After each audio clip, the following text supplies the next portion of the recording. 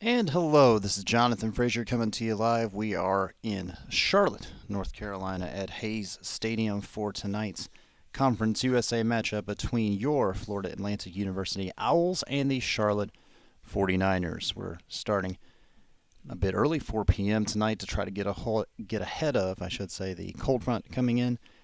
That's a bit here, but it'll be a bit colder later on as the sun goes down. So the Owls and 49ers will kick things off here at 4 p.m. Before we get into today's starting lineups and all of that, here is head coach John McCormack.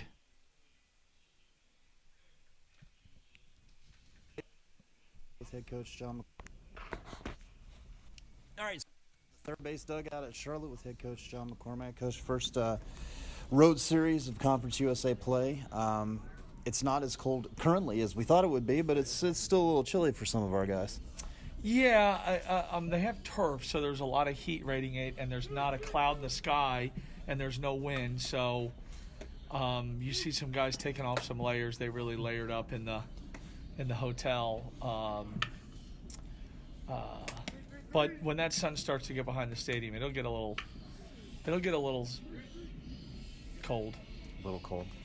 The Owls and 49ers tonight to the top in the East currently after one series. But you know, and we talked about this earlier on the podcast, this is a good program and a good squad. Without a doubt.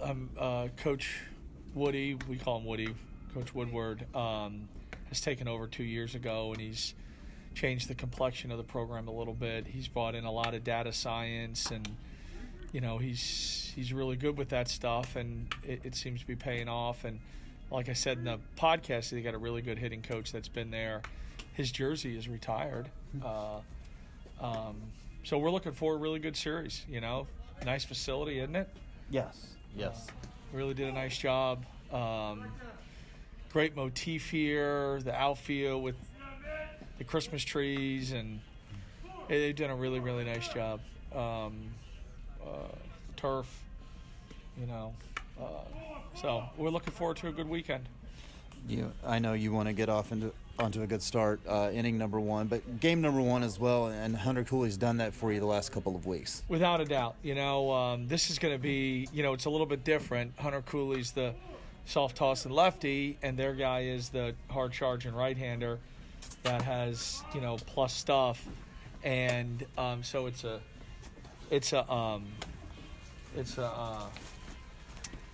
kind of a tale of two different pitching styles. So we'll see. Hunter's had a really nice year. Their guys had a tremendous 6 starts. So we'll see how it goes. Our guys got to be ready. We talked to them all week about this is a good pitching staff, and we got to be ready to go. And we talked about him specifically, McGowan earlier, and about how he can get up to about 95, if not more, and that your guys are going to have to be ready for that. 100%. It's about 50% fastballs, breaking balls, good. Changeup is okay.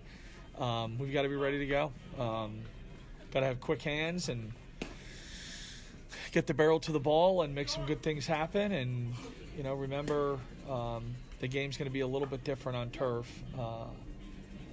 We haven't played on turf since mid 2019. But it's becoming. They have turf. Western has turf. Southern Miss just put turf in, which was odd. La Tech, we've never been there. They have turf. There's talk of Middle putting it in. So it's becoming the kind of wave of the future, so to speak. Which leads into my next question. And I know we've gone over this in previous pre-games on the road, but what advantages does that give? What differences does that mean for you guys? I don't think we have a whole bunch of advantages.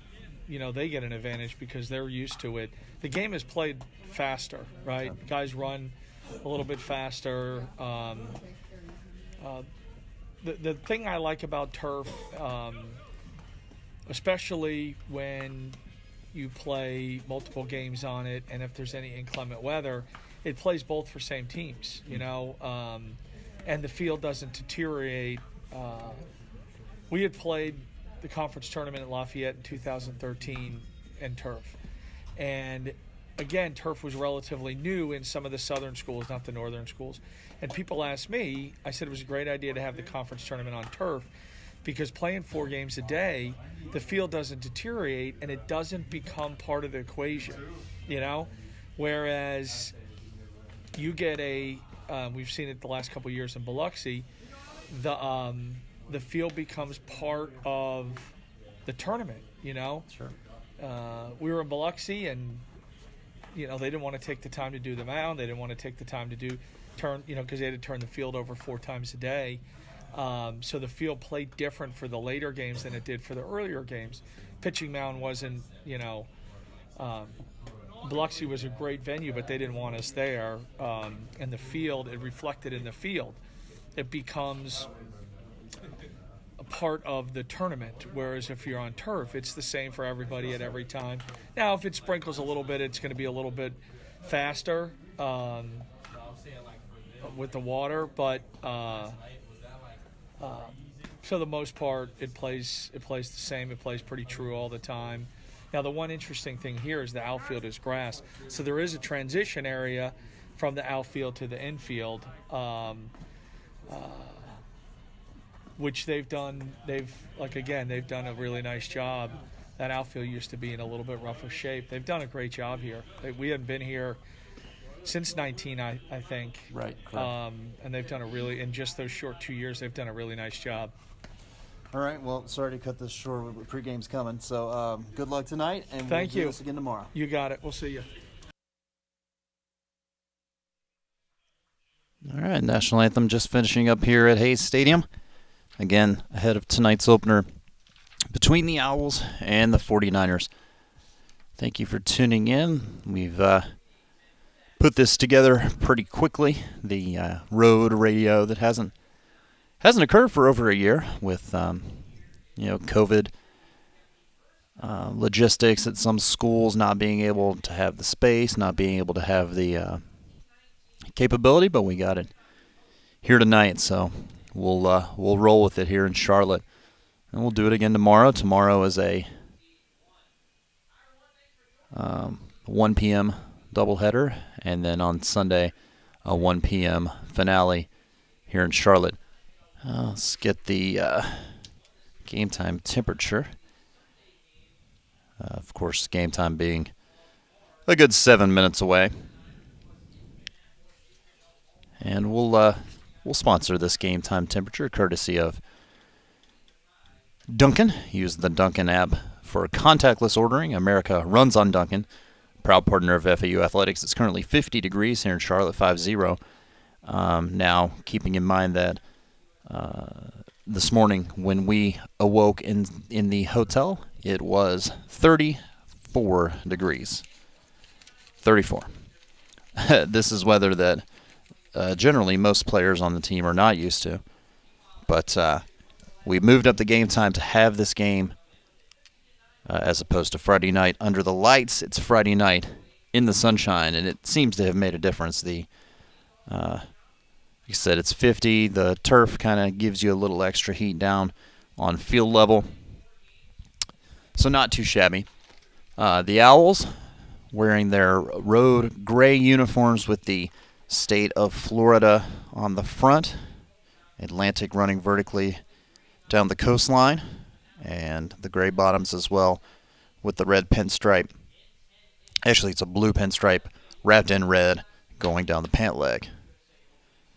And in blue lids tonight. The blue lids with the FAU vertically on the front. So this is game 1 of 4 with the starting pitching matchup of Hunter Cooley for FAU against Charlotte's ace, Bryce McGowan. And we'll get you both of those players' numbers throughout this game, and they're both pretty impressive so far on the early season. We're going over the ground rules behind home plate with this umpiring crew. Mike Gillespie behind the plate. Then you've got John Gillespie behind the plate. You've got Aaron Say at third base, and you've got John Byrne at first.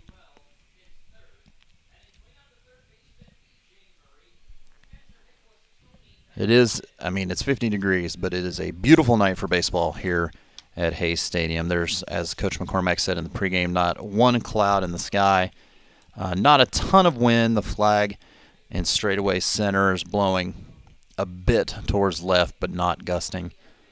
The temperature will drop as the game goes on, and hopefully we get out of here before the sun goes down. But as of right now, it's pleasant.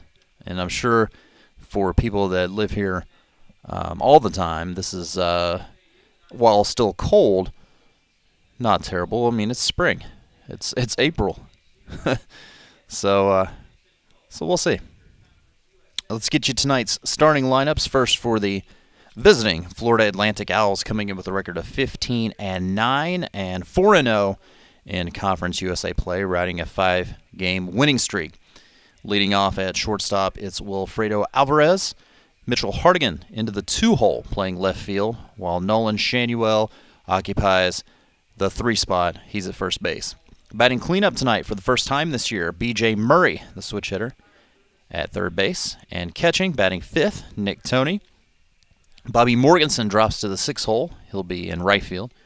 And the bottom third of Jared DeSantolo, the DH, Sam Lowe at second base, and Jackson Winstrom in center. So Alvarez at short, Hartigan in left, Shanuel at first, Murray manning the hot corner, Toney behind the plate, Morganson in right, DeSantolo is the DH, Lowe at second base, and Winstrom in center field. For Charlotte, leading off at first base, it's Gino Groover. Austin Knight, the Conference USA leading hitter, will play third, bat second. Batting third and catching is Aaron McKeithen. Make sure I have that right. Guess so. Cleanup hitter is designated hitter Will Butcher. Craig Keuchel will be in right field, and he'll bat fifth. Hitting sixth, Jack Dragum, and he's the shortstop. And then the bottom third of Charlotte's lineup is Hunter Baker in left field, Jake Cunningham in center field, and Carson Johnson at second base.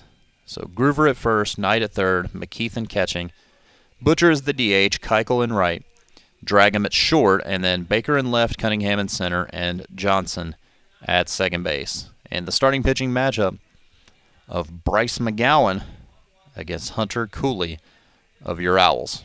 Cooley 2 straight, scoreless, 7-inning starts for FAU. And as Coach Mack said in the pregame, the two cannot be more opposite. The soft-tossing lefty and the high-speed righty for Charlotte. 49ers on the field in their home whites, pinstripe top to bottom, and green lids. So McGowan making his 7th start of the season, and he is 3-2 with a 1.54 ERA. Those are both very good stats to start. He's second in the conference in ERA. He's the best as far as limiting opposing teams' batting average to also 154, and he has 47 strikeouts in 35 innings of work.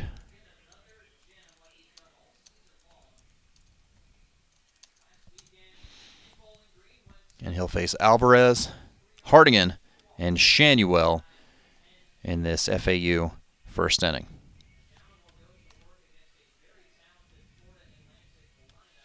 Now we mentioned that FAU is 15-9, Charlotte is 14-9, and 3-1 in conference play. They won the first 3 against Western Kentucky last weekend on opening weekend and lost 17-16 in 10 innings in the finale. Otherwise, this would be a battle of 2 undefeated conference teams. But alas, doesn't fit the narrative.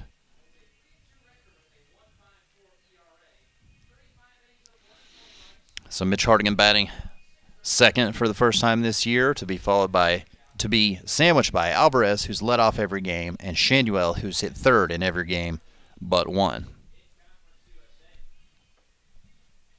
The Owls without two members of the squad this weekend in Tyler Kroll, our director of ops and grad assistant, and our other grad assistant, Blake Sanderson. So instead, coaching first base today will be Tristan McGinnis.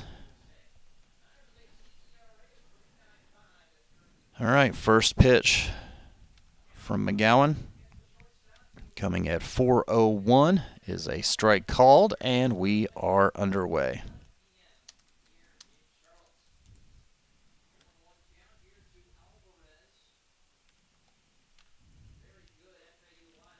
Inside, nearly plunked Alvarez on the front elbow, but skirted underneath. 1-1. Will comes in at 337 and puts this in the air right side, but that'll be out of play. Not a lot of foul ground down the right field line here because of the indoor batting cage, so you hit it that way, generally, you're going to get some reprieve. Alvarez leads all Conference USA batters with 32 runs scored this year. And the 1-2 to him is up for ball two. 2 balls and 2 strikes, and that ball registered 96 on the radar gun here at Robert and Miriam Hayes Stadium. So the break even to Alvarez is a swing and a miss for strike 3. With one down, here's Mitch Hartigan, as I mentioned, batting second for the first time all season. Comes in at 315, 315 with a home run and 15 runs batted in.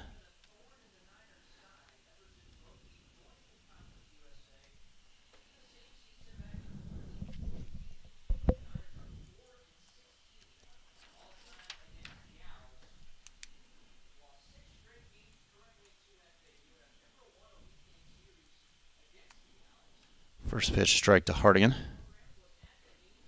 And upstairs, 1-1.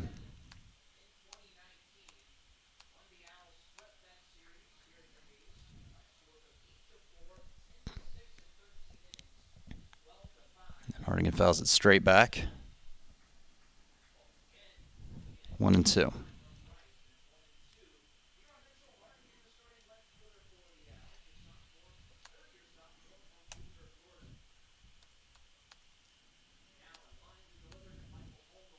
Bouncing ball in. Count goes to 2-2 to the Owls left fielder. And he is playing left field tonight as opposed to the other night when he was the starting pitcher and designated hitter. Did not go so well pitching. Did do well. Batting that night with 3 hits. Takes a pitch in the dirt and the count goes full.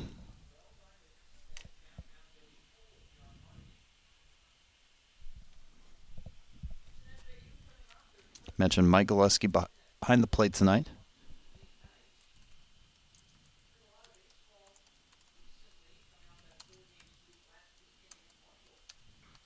Hartigan through the left side, past Charlotte's diving second baseman Carson Johnson. And there goes the no-hitter here at Charlotte. Here comes Nolan Shanuel. Nolan has been tremendous all season long. Leads the Owls with a .348 average. Has 6 home runs and 33 runs batted in.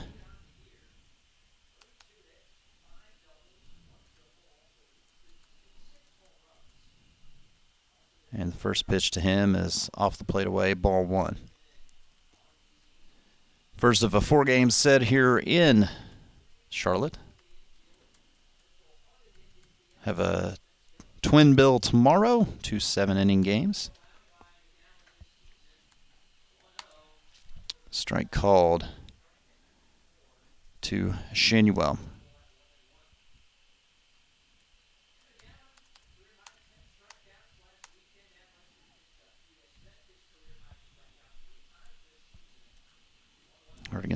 Shanuel fouls it away. Drops down in the count 1-2.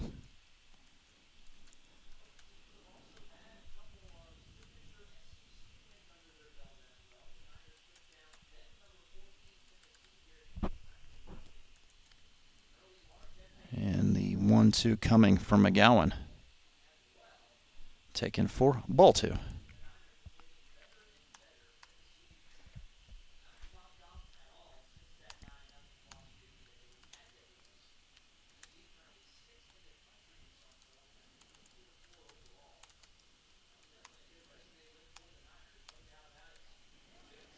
That was an awfully good pitch that Shanuel just took for ball 3 to run it full.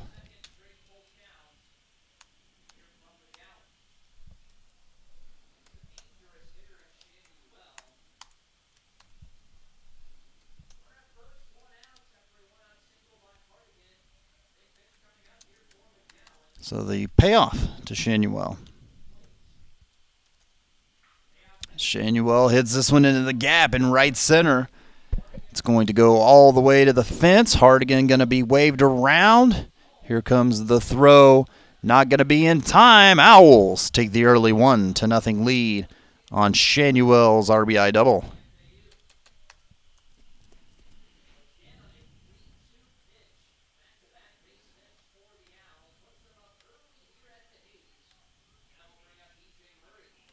So with one away and a runner in scoring position, here's B.J. Murray for FAU.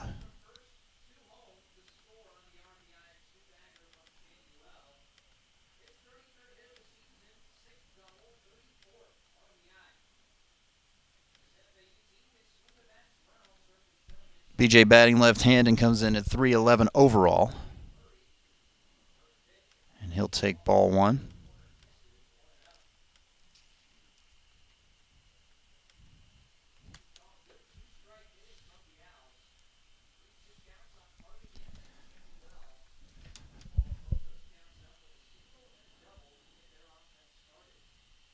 And Murray puts a bat on this one into right field. Shanuel touches third. He'll come around quickly.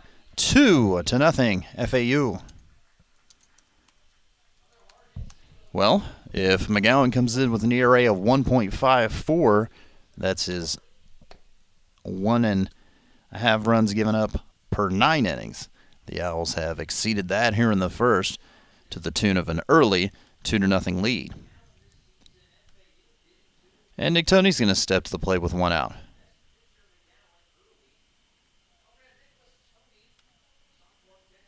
If you're listening in, and I, as always, appreciate that. Would love to hear from you. Where's the chat window on this sucker?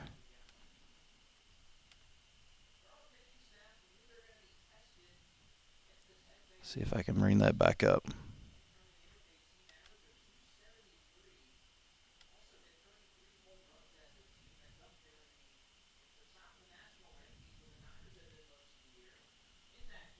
So 1-1 counts to Nick Tony. Breaking ball was outside. So 3 straight hits for FAU have come away with a 2-run advantage to start.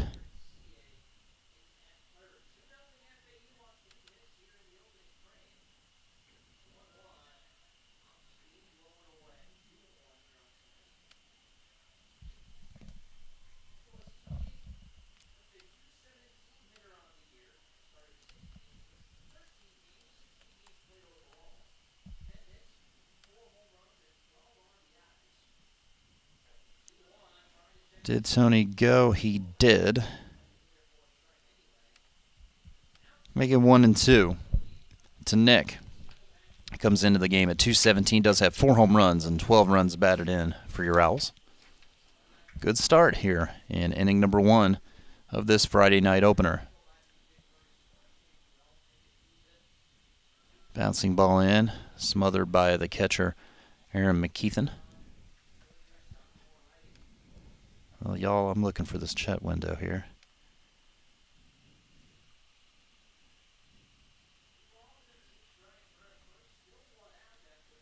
Chat is disabled for this live stream. Well, we got to change that.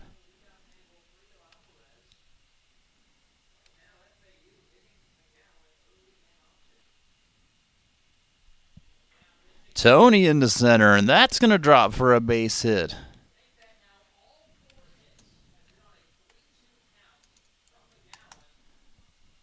Single, double, single, single. And Bobby Morganson steps to the plate. Where's my chat window, y'all?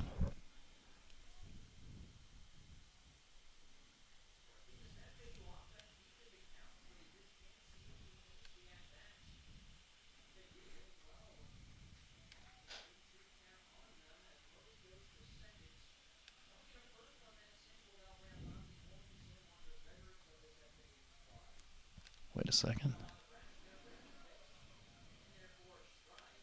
I think I found it.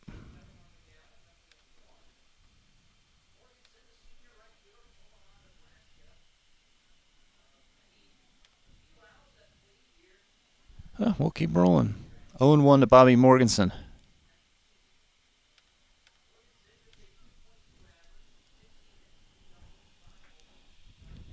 And 1-1. Bobby scuffling a little bit. 2-22. 5 home runs, though. 18 runs batted in.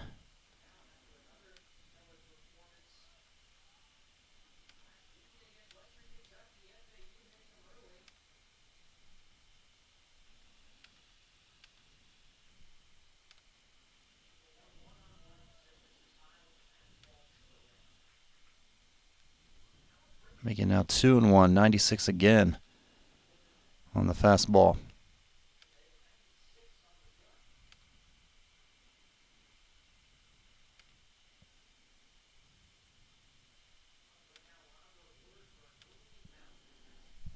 And now it looks like we're getting a conversation with Bryce McGowan, as it's a 2-1 count to Bobby. All right, well, this will give me a little bit of time potentially to find this daggone chat window. This is new. This has been a couple of years since I've done this, not to mention that they've changed the studio on the website here.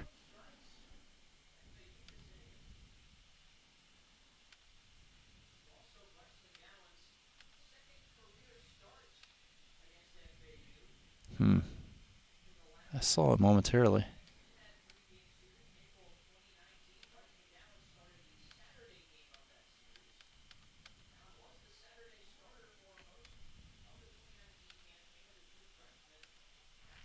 All right, meeting broken up, and again a 2-1 count to Bobby Morganson.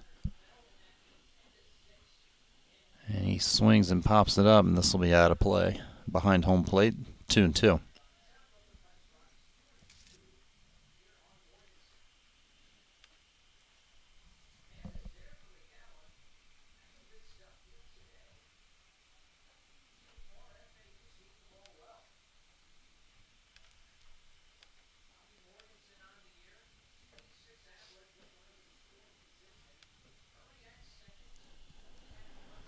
All right, 2-2 in the pitch.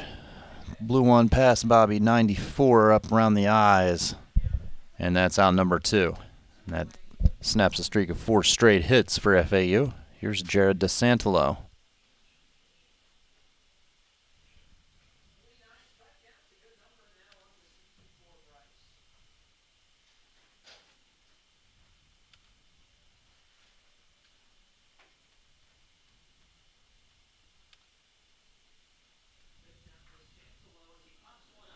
DeSantolo down the left side, and out there to make the play, squeezing it, is Hunter Baker, 2 in the inning. But the Owls come away with 2 runs. They do strand 2 on 4 hits and lead 2-0 after a half inning here from Charlotte. That run-scoring inning courtesy of Hyatt Place downtown Boca Raton, located in the heart of downtown and only 1 mile from the ocean. We'll have the bottom of the first and Gino Groover to lead things off for Charlotte in just a moment.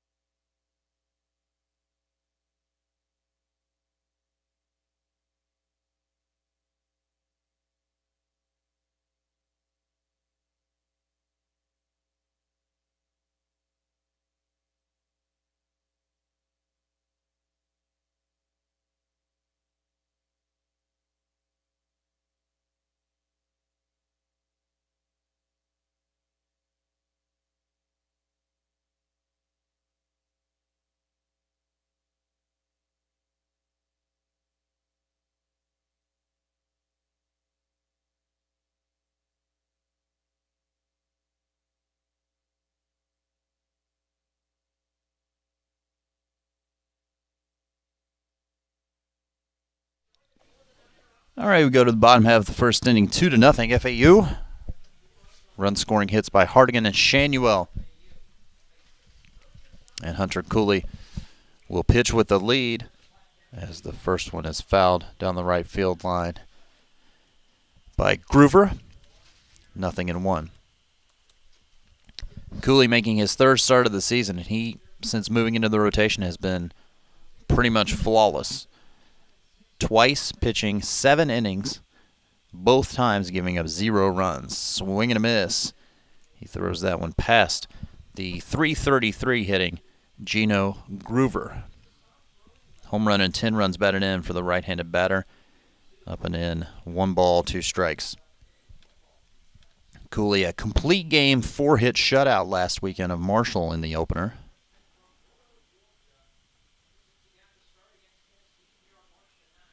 And fouled away again. Count remains 1-2.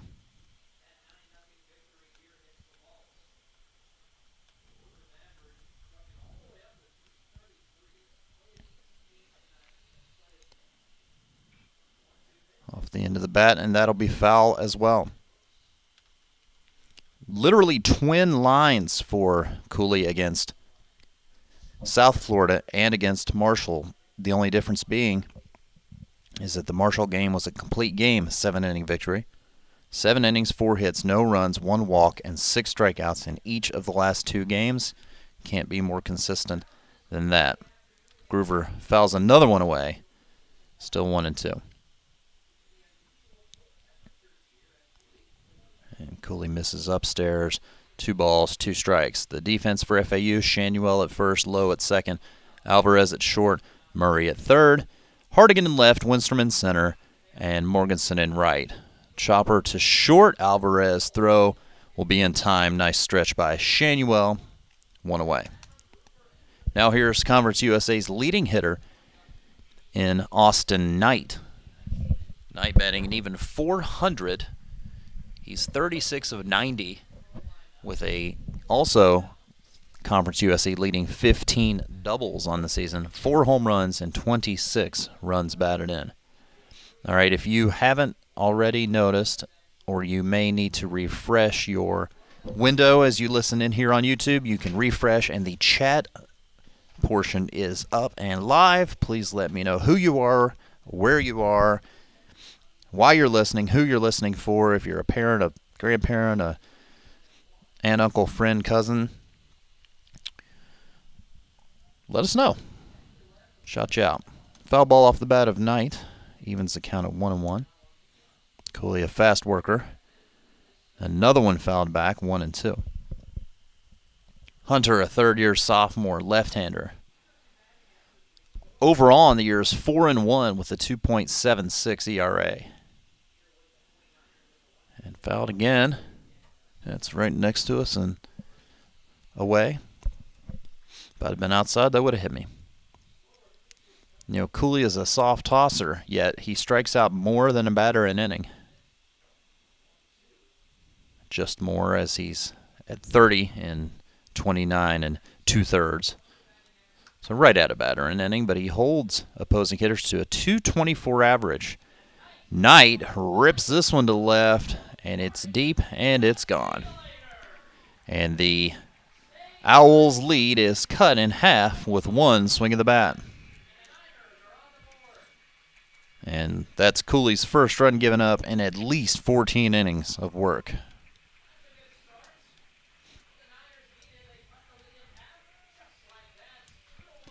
So give Knight his 5th home run of the season as he went big fly out to left. And left here there is a secondary fence. It was to the left of that, and if it hadn't been, it would have been over it.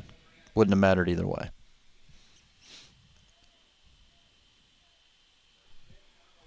So now Cooley will deal with Aaron McKeithen and misses upstairs, ball 1.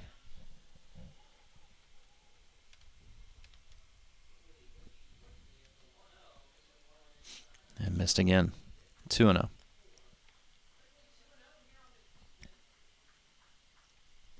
Just the 4th home run given up this season by Hunter. Another ball on the ground to short. Alvarez again. Gobbles it up and throws across, 2 away. And now the DH, Will Butcher. Butcher's a true freshman DHing here tonight.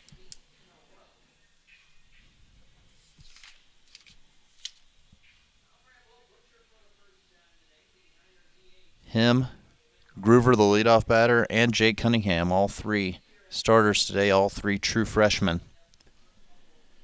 In this 49er lineup, Cooley gets the breaking pitch. I was going to say over for a strike, but it's high for ball 1, apparently. So wing and a miss. 1 ball, 1 strike.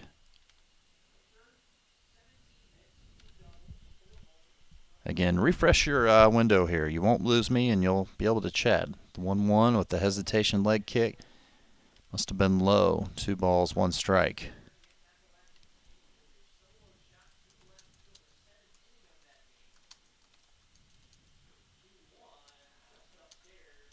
Now 3-1. Cooley to Butcher.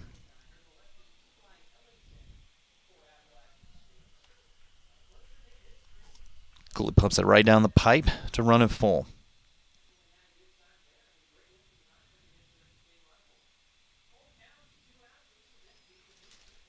Fouled back. And still full.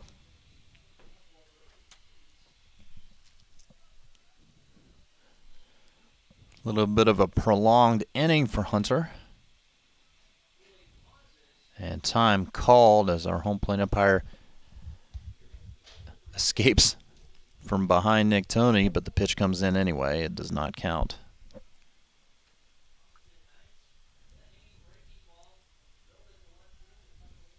Payoff here. Hit high to center, but Winstrom will camp underneath of it to make the play. So Austin Knight with a home run cuts the Owls' lead in half. It is 2-1 FAU through an inning complete. Here at Hayes Stadium, Johnson, Ritchie, and Feldman, PA, helping you transition to single life. They'll transition us to the second inning. And Sam Lowe to lead it off in just a bit.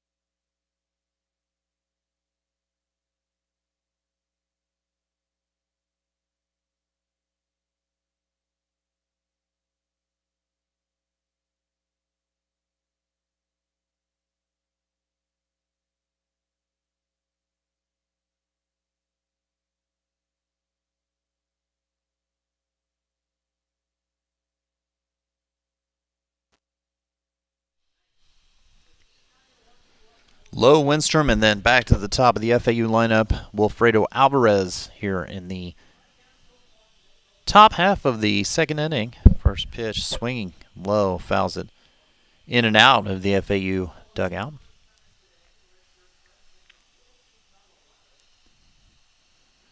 Lowe comes into today's game batting .255. He does have a home run and 7 runs batted in.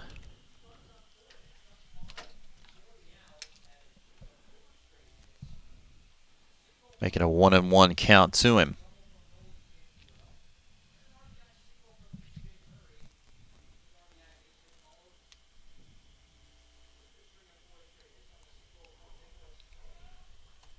McGowan gets a strike ahead, 1-2.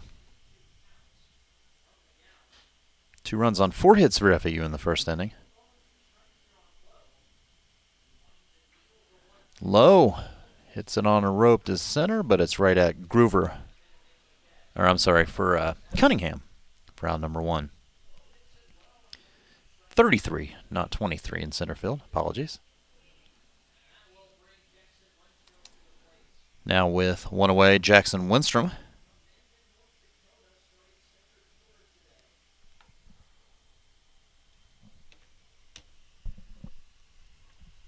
Winstrom at 234, 4 homers and 13 runs batted in, takes ball 1.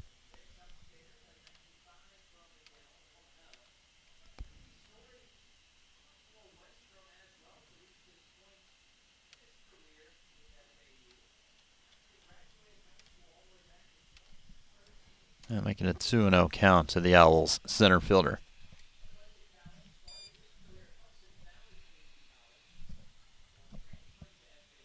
And 3-0. Winstrom a pitch away from potentially reaching with 1 away.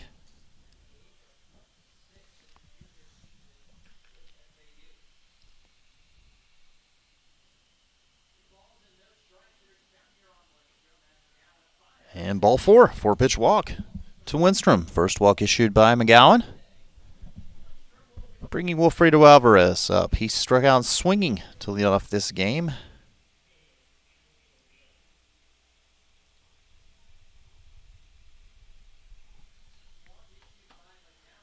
Shift on Alvarez a bit with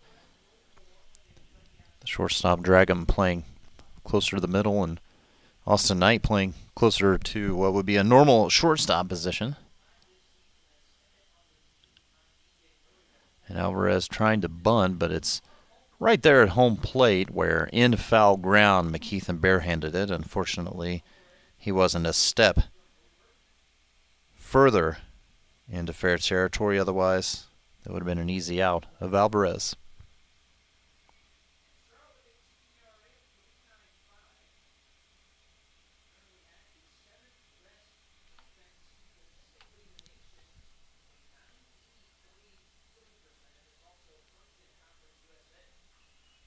Fouled off by Alvarez. 0-2.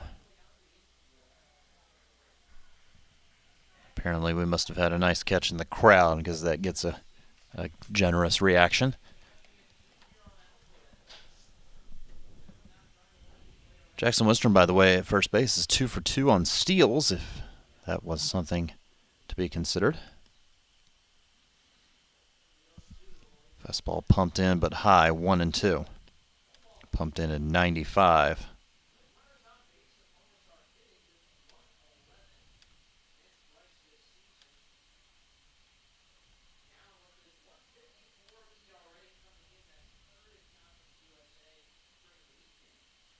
And fouled straight back. Alvarez was right on that one.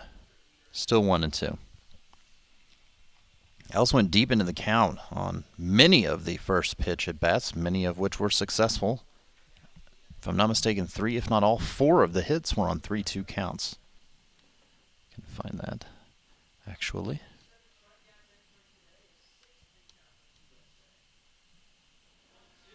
Low and inside. That bounced up and over the feet of Alvarez, actually.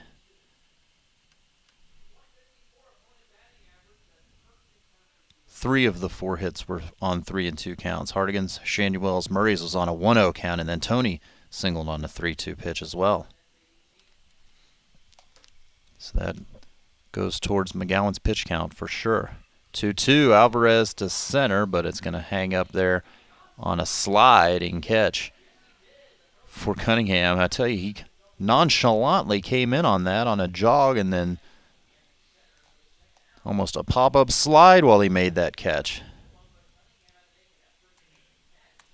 2 down, here's Mitch Hardigan. Hardigan got the rally going in the first with a single through the right side.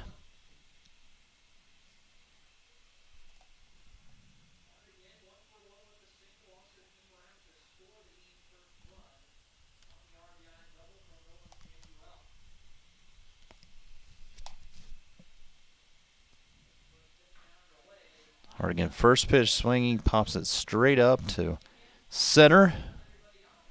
And making all 3 catches in the inning will be Jake Cunningham. 1 stranded and 1.5 innings in the books Owls 2, 49ers 1. Keuchel, Dragon, Baker. If anyone reaches Cunningham, who we called his name 12 times that inning, will bat. That'll be in the home second in just a moment.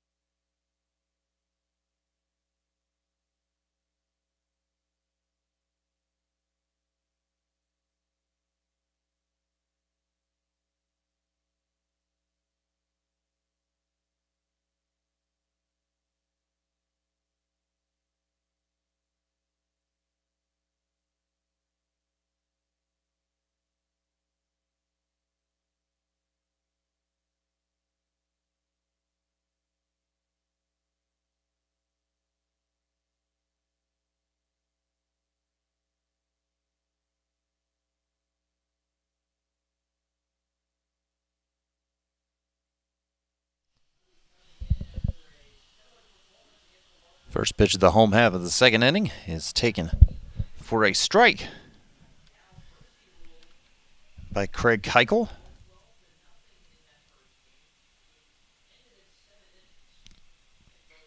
And the 0-1 is hit into shallow left. Alvarez out, Hardigan in. Mitch Hardigan will make the play on a quick back step at the end to keep it from going over his head. One away now. Hardigan in left, that left side. Alvarez, Murray, they're dealing with a little bit of sun setting over my shoulder, over my right shoulder behind me. I'm looking straight out into left field. Sun's behind me, so that's a bit brutal for them. Here's the shortstop, Jack Dragum. Keuchel, I didn't get to say, was batting 300 even before that out. Dragum takes ball one. He's a .277 hitter. 3 home runs, 12 runs batted in for Dragum. He'll take a strike, 1-1. Cooley threw 24 pitches in the first, giving up a home run tonight, but nothing else. As the foul ball off the bat of Dragum is a 1-2 count. Turf field here at Charlotte, turf infield, and then the last maybe 3 feet of green turf behind what would be the infield dirt, and then it's grass from there on out. Just outside 2-2 from Cooley. Grass in the outfield and turf everywhere else. Break-even pitch is hit into the left field corner. It's going to be extra bases for Dragum as Hardigan goes and cuts it off and fires it into Alvarez. A double, Dragum's 7th of the season.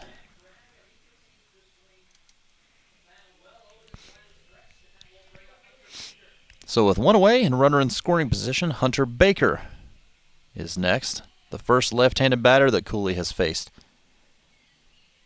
so far tonight.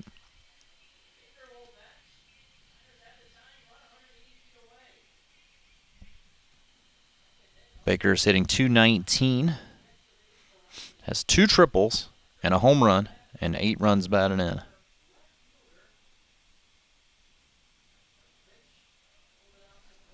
Just outside, I should say, from Cooley to Baker.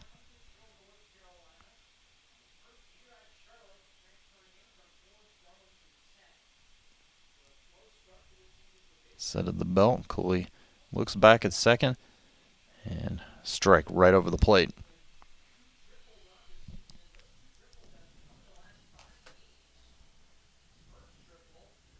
We are much more than 15 minutes into this game. 15 minutes that could have saved you 15% or more on car insurance by visiting Geico. Visit geico.com to, in fact, see how much you can save. 2-1 to Baker. Try to usually get that in at the 15-minute mark of the game. Missed that today by about 20 minutes.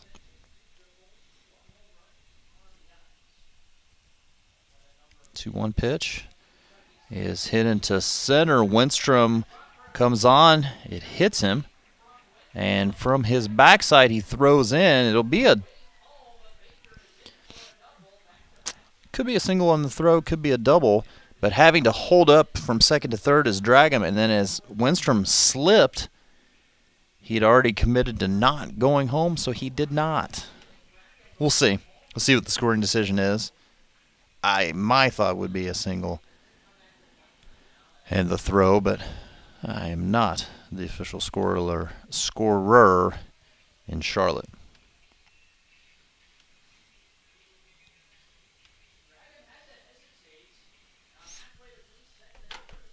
So with 2 on and 1 out, runners at second and third, squaring to bunt was Cunningham, and as the infield charged in, he took ball 1. They gave him a double. We'll call it a double. Not often the double to center doesn't score your runner from second, but it is what it is. Meanwhile, 2-0 to Cunningham. Comes in at 220 with a home run and 8 runs batted in. But is in prime position here to either tie or give Charlotte the lead in the early going. Cooley takes something off that one and puts it right in the outer black. 2-1.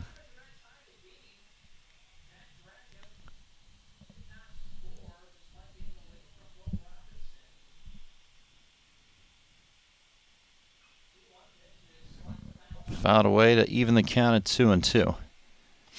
Thinking more on it now. That should be a single. Not going to go for 2 on a ball that short hops the center fielder. That Winston thought about diving for that ball. But, I mean, all in all, I guess it doesn't really matter. Break-even pitch. Fouled straight back. Count holds. First of 4 this weekend. 2 7-inning games tomorrow starting at 1, with yet another game at 1 p.m. on Sunday. Count full now as Cooley misses upstairs.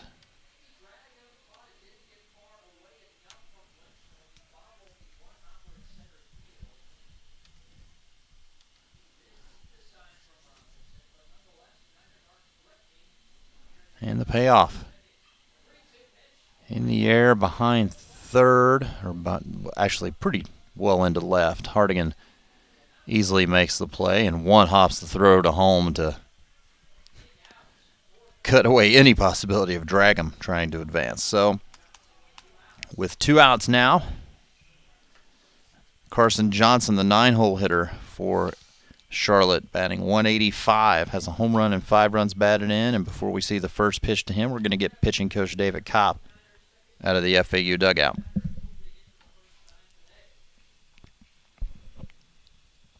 So Cooley trying to work around. And again, this is odd to say. Back-to-back doubles that did not produce a run.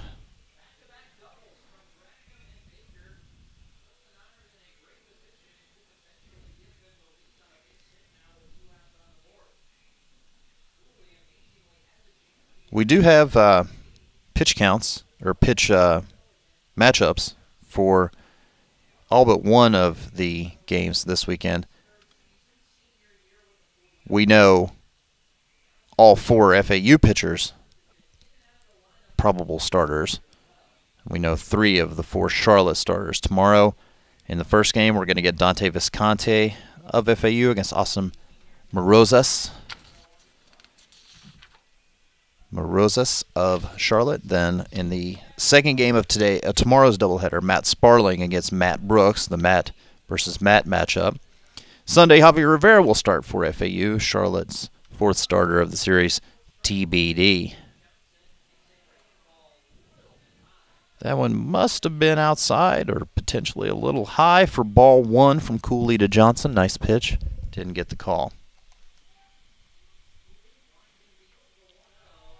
And that, I guess, was inside. 2-0. Cooley nibbling and doesn't get the benefit of the doubt on either of the first two.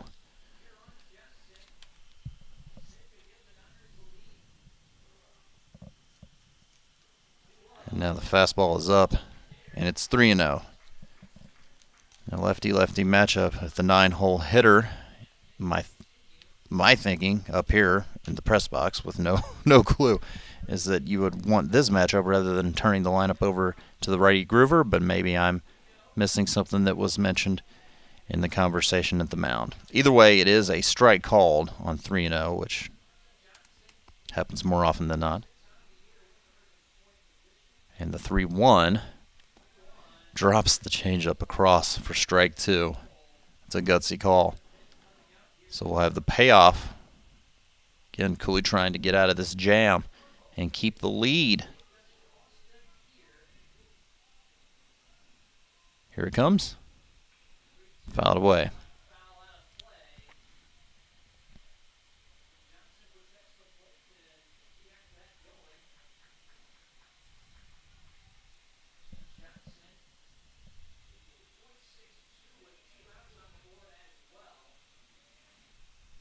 Cooley steps off ahead of the payoff.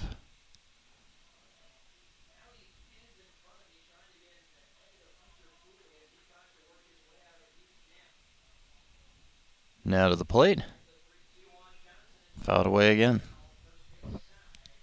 Johnson, a Charlotte veteran, the only senior in the starting lineup today, made up of 3 true freshmen, 4 sophomores, and a junior, plus this senior Carson Johnson.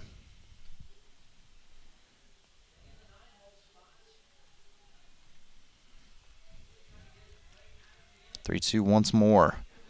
Hit into right. Morganson over on the jog, puts it away, and Cooley gets out of the jam. Nice job by Hunter Cooley. And keeps the 1-run advantage 2-1. Taking us to the third, taking us to Nolan Shanuel leading things off. A serene oceanfront resort, upscale accommodations, and breathtaking views make Wyndham Deerfield Beach Resort the ultimate beach retreat. Visit wyndhamresort.com today and make your reservation. We're thinking about the beach here in 50-degree temperature in Charlotte, and as part of a 2-1 FAU lead.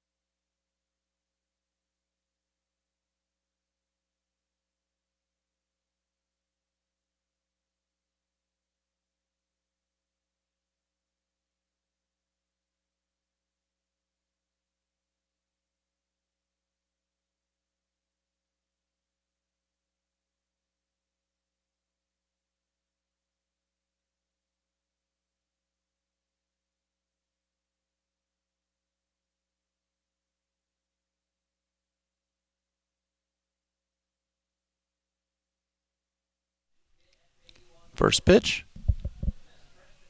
Top half of the third, taken by Shanuel for ball 1.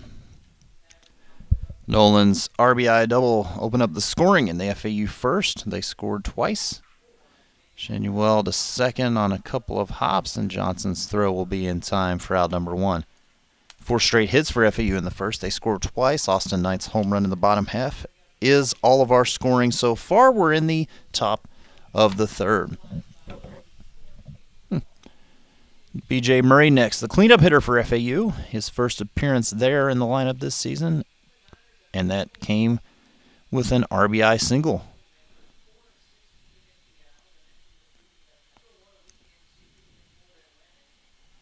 Upstairs, ball 1.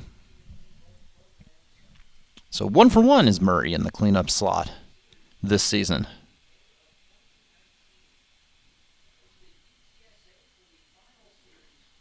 And make it 2-0 to BJ. Asked BJ before the game, saw a tweet that Marlins second baseman Jazz Chisholm was the first Bahama-born MLB player to make an opening day starting lineup. I asked him if he knew Jazz. He said yes. He's a couple of years older. Oh my, Murray to right, deep, and gone to the pine trees for BJ's 4th home run. Make it 5th of 2021. I asked BJ if he was going to be the next Bahama-born player to make a Major League opening day roster. He pointed to the sky, just as he does here as he crosses home plate, and gives FAU now a 3-1 lead.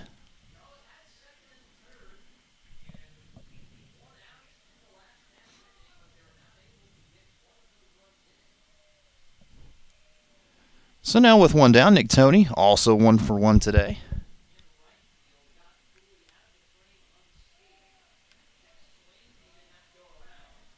Able to check his swing as Nick Toney on a pitch outside.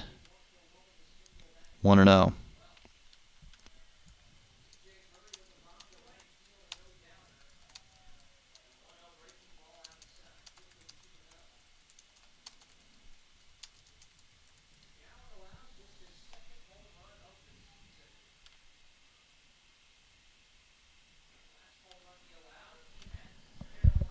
After the 2-0, now a 2-1 count called strike to Toney.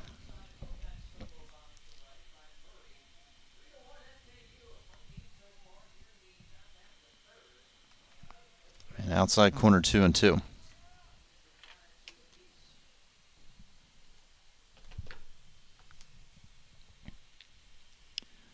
McGowan took something off that one. Now we'll see if he comes fastball on 2-2. He does not. It's another breaking ball. This one over at the knees for his 3rd strikeout of the night. 2 away for Bobby Morganson. Morganson was one of those strikeout victims back in the 1st. Owls leading 3-1 after BJ Murray's solo shot. I did preface when I asked BJ if he knew another player from his country. Morganson, first pitch, swinging deep to right at the fence and making the play up against the wall is Keuchel. Warning track is where that one dies.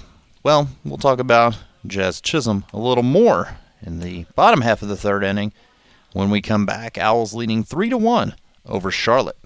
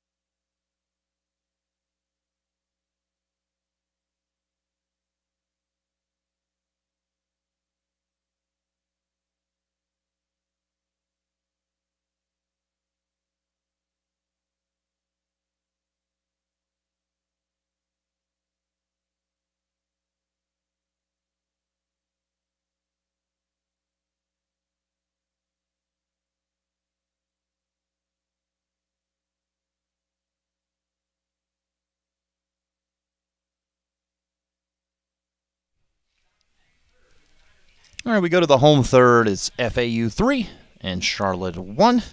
A BJ Murray home run courtesy of Assurance Power Systems, the best residential generator sales and service in South Florida. That's Assurance Power System.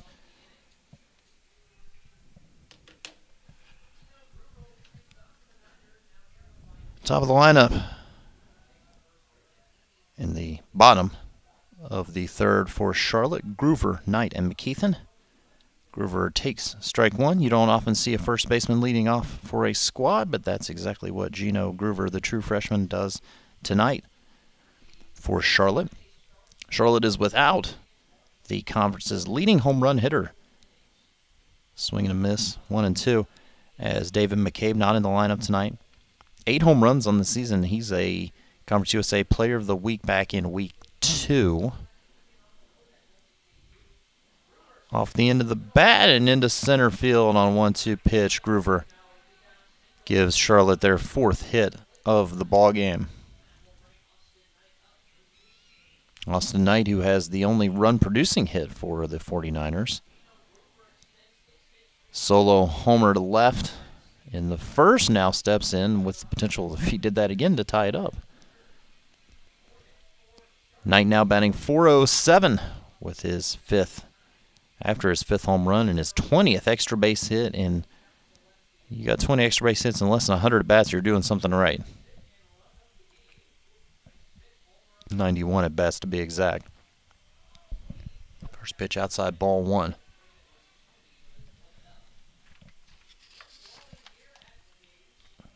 Knight, a transfer from Tennessee that came to the 49ers last season in the shortened year, and he may have another one. To left, Hardigan leaps, can't come away with it. It bounces off the fence, and they're going to send him. The throw is over Alvarez. Had he hit the cutoff, Hardigan may have had a shot at Groover because he had only reached third when Hardigan had the ball. But it turns out to be a double for Knight and another run batted in. And now back down to a 1-run game, not to mention Knight at second with nobody out. McKeithen, who grounded out to short his first time up, steps to the dish with 1 out.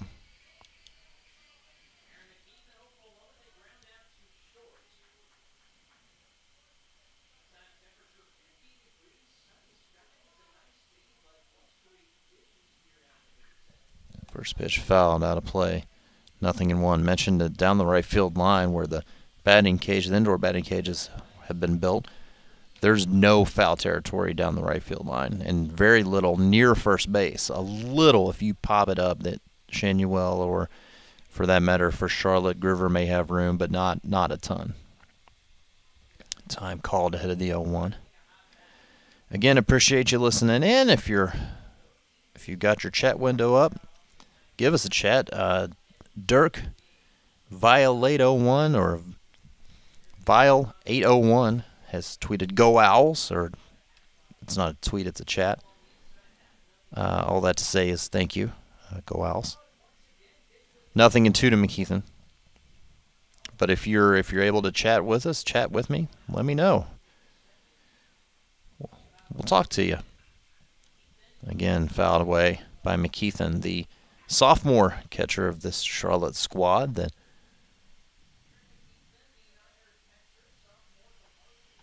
came from Manatee Community College his first year with the squad.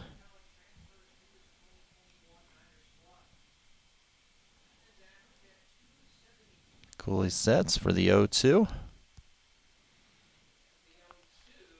And that must have been low. 1 ball, 2 strikes. Was wondering if maybe Mike Gillespie, our home plate umpire, was going to hesitate and then ring up McKeithen. He did not.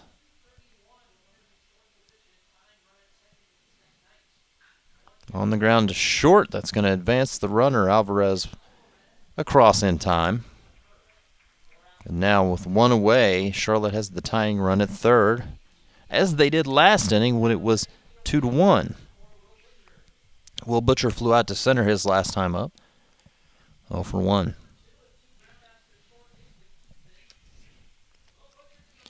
Butcher, as I mentioned, a true freshman. Him and McKeithen from the exact same hometown of Arden, North Carolina.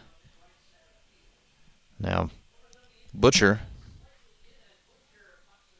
shows as a true freshman, but went to NC State. We'll have to flush that one out. So 0-1 count to him. And foul ball makes it 0-2. Butcher, freshman. T.C. Robertson High School, NC State.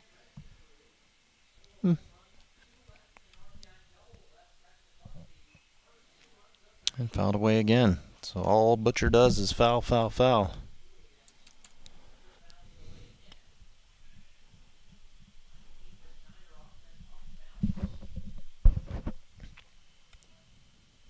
Worked a rabbit out of the hat last inning to keep Charlotte off the scoreboard. They've scored one so far in this frame and have a chance to tie.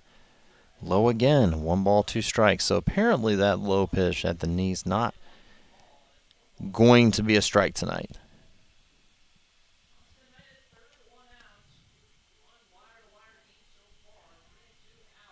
Hesitation leg kick. It's into shallow right. Low backtracking. Won't be. Oh, they're going to try to score him. Here's the throw. Not in time. Well, Lowe didn't come up firing immediately, and that is to his detriment as we're tied up. That is a shallow sacrifice fly. A pop-up to second that becomes a sacrifice fly. They're going to appeal to third. Or are they? They're going to appeal to third to see if he left early.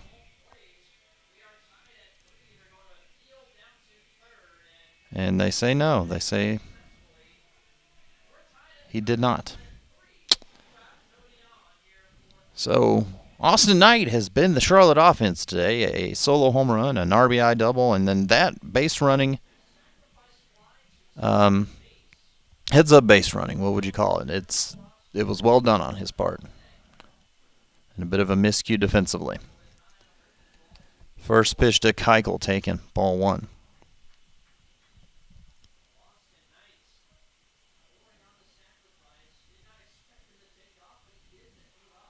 Strike call 1-1.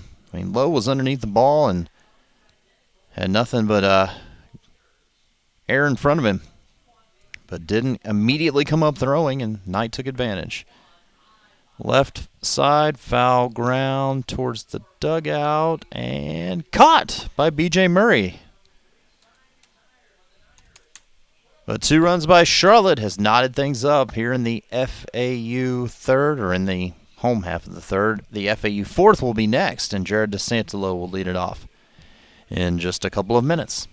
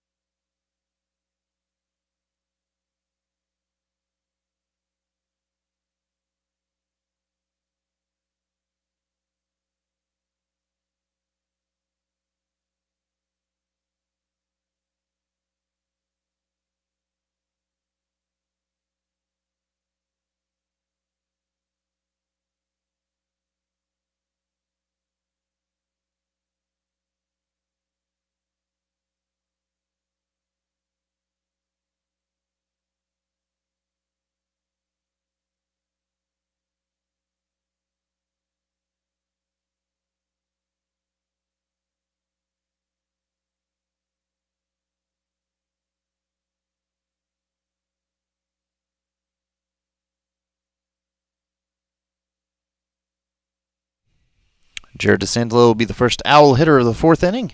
0 for 1 today. Then Lowe, Winstrom, if anyone reaches Wilfredo Alvarez in a all-square game now. At 3 apiece. Owls with 2 in the first. Charlotte had 1 in the bottom half of the first. Then the Owls with 1 in the third, and Charlotte with 2 in the third. Added up, it's 3-3. Both teams with 5 hits in the first third of this game. DeSantolo takes ball 1, a fly out to left to his credit so far today.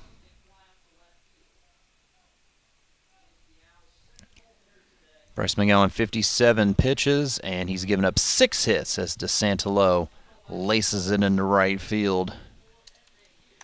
Right on that one. Sam Lowe with one away. He lined out to center his first time up.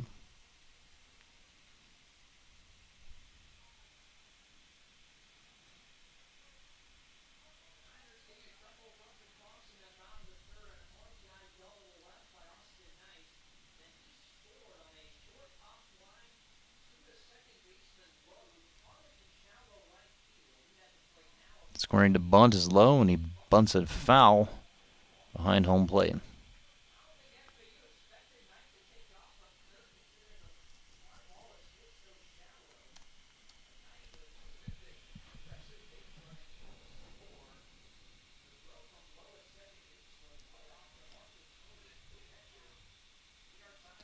McGowan out of the stretch, looks over his left shoulder at DeSantalo, now to the plate outside. 1 ball, 1 strike. McGowan goes 6'1", 205 pounds. He's from Cary, North Carolina. That's a baseball town if there ever was one. College World Series is played there. USA Baseball housed there.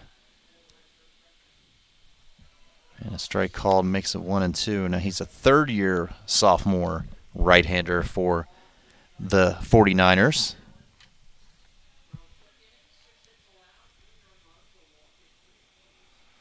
Mentioned, or did I, that Lowe's first time up, he lined out to center. I did. He's 0 for 1. Inside, and that hits Lowe to put 2 on with nobody out. McGowan, his 4th hit batter of the season. Jackson Lindstrom walked his first time up.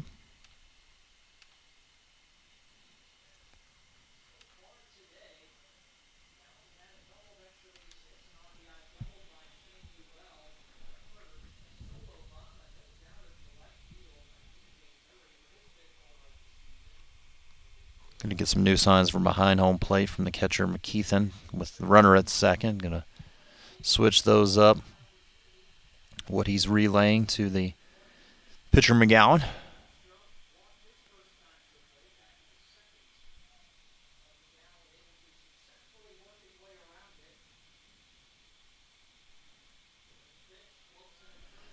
Among the numbers for McGowan, he came into today's game, I said 47 strikeouts in 35 innings. He had walked 18 batters coming into the game, so 1 every other inning. That would put him on pace to walk 1 in this inning. And he has walked Lindstrom today. Did he go? I think he certainly did on a pitch that was ball 2. So 1-1 count to the Owls center fielder. That walk back in the second that was of no harm. It was the only runner that reached in the inning. Came on 4 straight pitches from McGowan.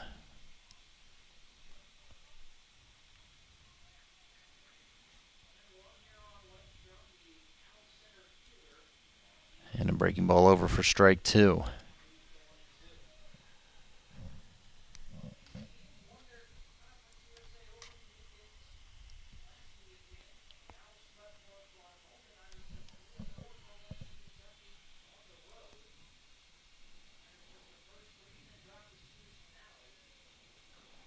Lindstrom ahead of that one and fouls it towards the Charlotte dugout. Count holds.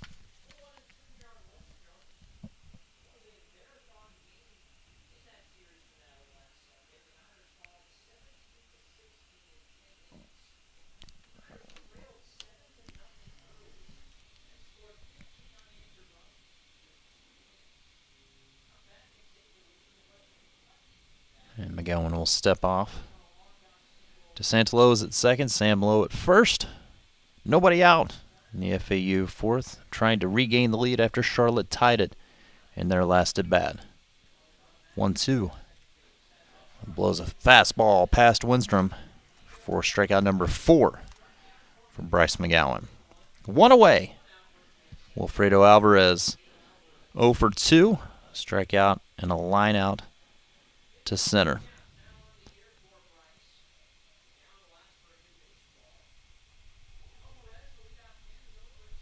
McGowan throws the ball he had in his hand out of play towards the Charlotte dugout and gets a new one. Mentioned that Alvarez leads all Conference USA players in runs scored with 32. Came in today with 33 hits as well. Takes a pitch inside ball one. Along with 16 walks and being hit by 3 pitches, he leads the Owls with a .444 on-base percentage coming into the game in the leadoff slot.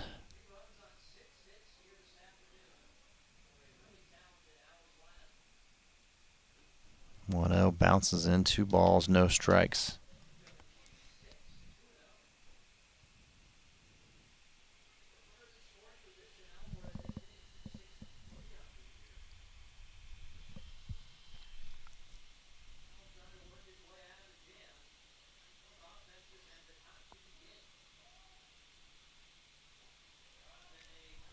Took something off that one.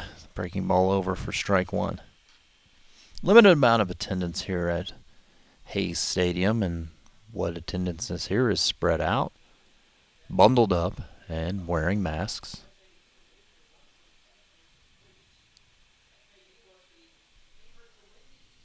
Two one.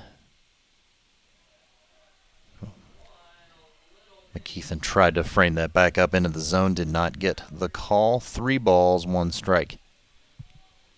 And the home plate umpire motioning over to the dugout that, yes, it was low or wherever it was. And pointed to McKeithen as if to say, yes, he brought it back into the zone. So 3-1. And strike called. Alvarez had to hold from tossing his bat towards the FAU dugout. Count full with 1 out.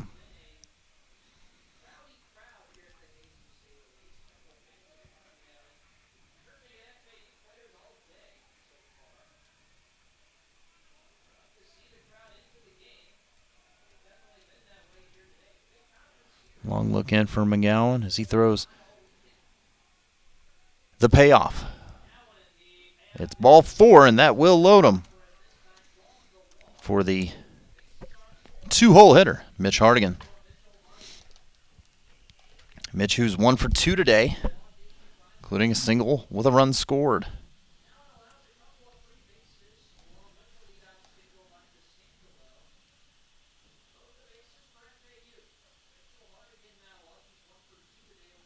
It's the go-ahead run at third, and Moore low behind him, low behind DeSantolo, and Alvarez at first, and Hardigan. And it's hit.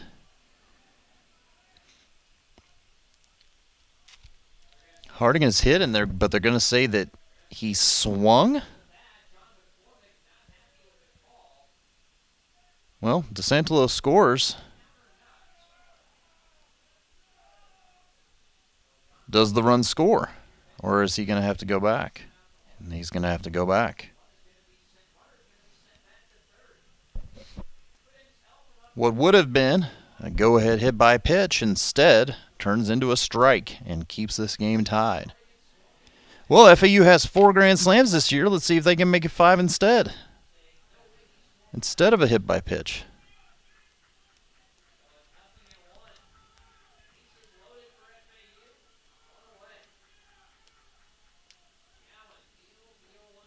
Right down the pipe for strike 2. Hardigan thought it was high.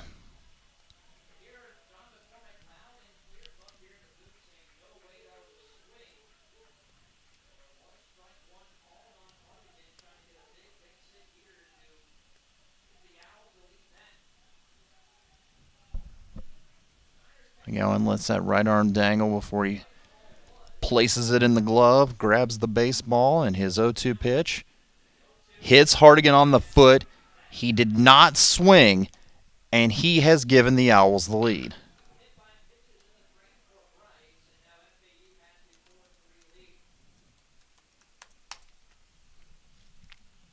And that on an 0-2 count, and for whatever reason, the home plate umpire walking Hardigan up the line as if he's going to... He just gave the Owls the lead. What's he going to do? Hit him in the foot. So now here's the Owls' most dangerous hitter, Nolan Shanuel, with the bases loaded and still just one out. So now McGowan's given up 4 runs after giving up 6 earned runs in his first 6 starts of the season. Ball 1 to Shanuel.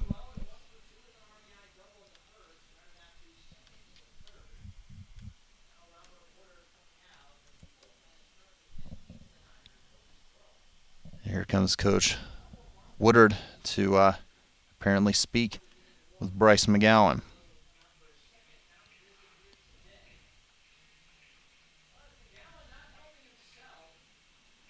On the year coming in, the most runs McGowan had given up in a game twice was 3 runs. One time it was just 1 run earned against Western Carolina. And then last weekend, 3 runs all earned against Western Kentucky.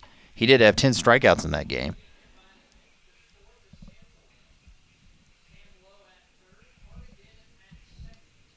Second meeting at the mound as our home plate umpire gestures to the box that no one in the box is keeping track of.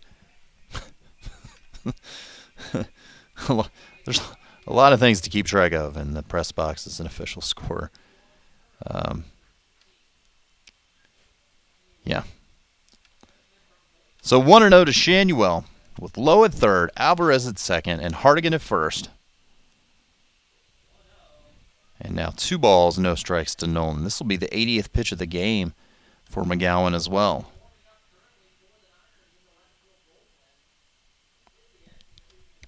Two hit batters plus a walk in the inning so far, and the single by DeSantelo, he has scored. Shanuel was thinking, he made up his mind there on the 2-0 pitch he was going to swing. He thought fastball. It was a breaking ball below the hands that he missed, making it 2-1.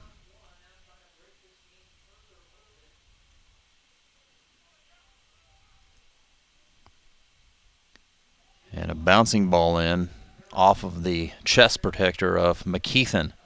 3-1. The ball went about, if it's 60 feet 6 inches to the back of the plate, that one went about 55 feet 6 inches. So we'll see what McGowan comes plateward with on a 3-1 to Shanuel. If it's a get me over fastball, it might get me out of here.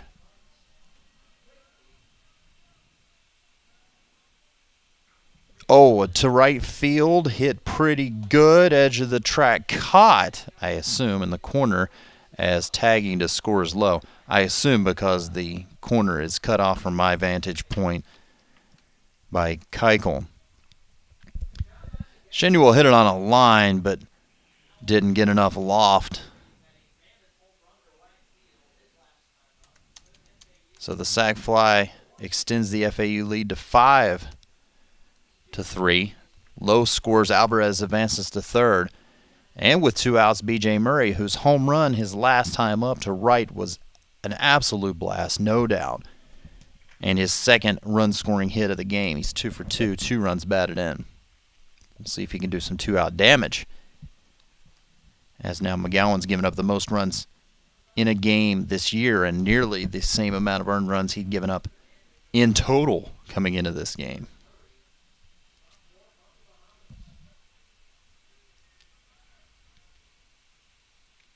Murray was swinging for the fences there. May have gotten a piece, but either way, it's strike 1. The long and the short of the Jazz Chisholm story from earlier is BJ said he's a couple years older than me. I asked if Jazz was his given name. He said no, Jazzarado. And Jazz, of course, being a shortened version of his first name. And he does know him, and yes, he does hope to follow in his footsteps and maybe be starting a game. Jazzarado, Hermas Arrington Chisholm, 23 years old. Bertram Murray takes upstairs 1-1.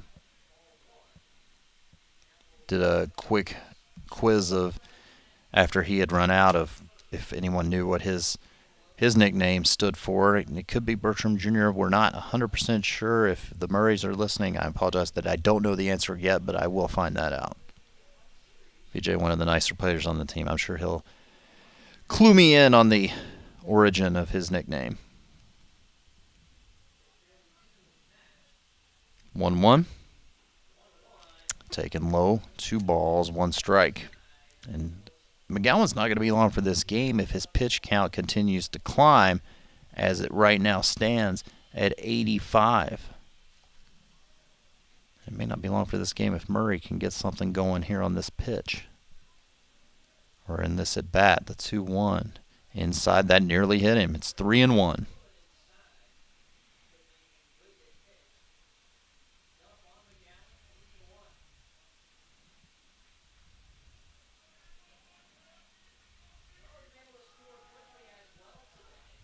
Runners on the corners and 2 outs, and the 3-1 pitch is ball 4. This has not been McGowan's best night. It's definitely not been his best inning, as he's hit 2 batters and walked 2 batters. And the Owls, again, still with 2 outs, they could potentially break this open if Nick Toney could come through. Toney is 1 for 2 on the game. A single and a strikeout.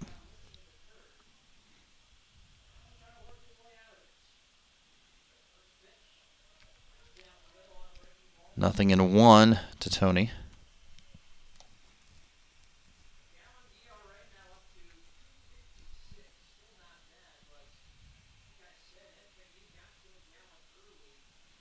Bases loaded once more. Alvarez at third, Hardigan at second, Murray at first. On the ground to short, nice play on the backhand, and making the throw to second is Dragum. He took away a hit from Toney and kept 2 runs from scoring for FAU. The Owls get 2, but had the chance for much more. They had McGowan on the ropes. They lead 5-3, does FAU. Heading to the home 4th, Demesman and Dover. If you've been injured in a car accident, truck accident, or a motorcycle accident, call them 24/7 for a free consultation at 866-954-MORE. That's 866-954-6673, Demesman and Dover.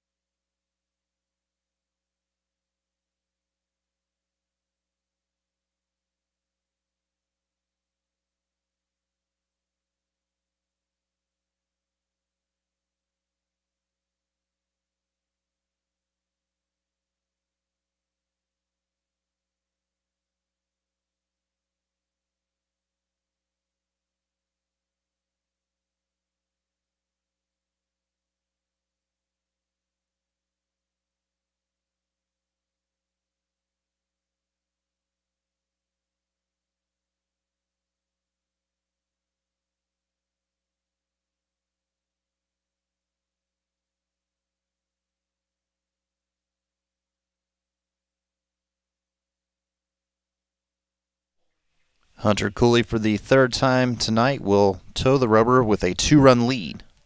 It was 2-0 Owls. It was 3-1 Owls. Now it's 5-3 Owls. And the man that made the great defensive play to end that threat just now, Jack Dragum, takes ball 1 and ball 2. Cooley up and over 70 pitches and hasn't given up 3 runs. But again, trying to pitch and trying to get the Owls' bats back out there with the lead that was given up just an inning ago. Meanwhile, 3-0 to Dragum, who has a double in his only time to the plate. And a 4-pitch walk on Hunter Cooley's first walk issued tonight. Hunter Baker had a double his last time up as well, or a single and an advance. I don't know. But he's 1 for 1 either way. Of the 5 Charlotte hits, 4 have gone for extra bases if that one has been counted as a double. First pitch is taken, ball 1, 5 straight. Off target by Cooley to start just the 4th inning. And Nick Toney's going to make his way out the, a runway to the mound. That portion of the turf painted brown from, the rubber to the plate. Tony turned around and started to come back, and David Kopp pointed at him, no, stay there. They're getting somebody loose quickly in the FAU bullpen. That is Thomas Haggerty, the lanky right-hander warming up.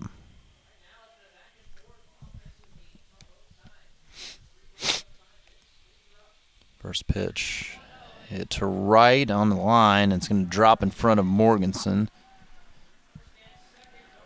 First 2 reach in the Charlotte 4th. Jake Cunningham, 0 for 1 with a fly out to left.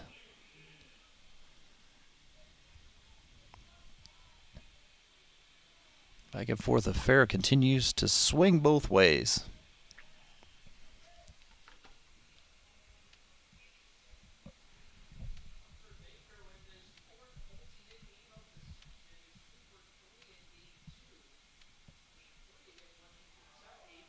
Fake back to second and diving into the base without a throw was Dragum. He's at second, Baker's at first with nobody out.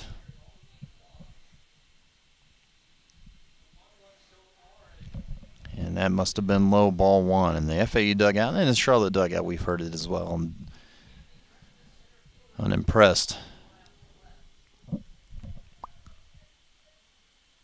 1-0. Hit deep into center. Winstrom watches it go off of the fence. 1 run scores. Winstrom's throw in, and they will stop Baker from going around third as the throw came into the cutoff man Alvarez. So it's still a 1-run FAU advantage, but to the deepest part of the park, Cunningham hit his second double of the season and nearly tied this game up.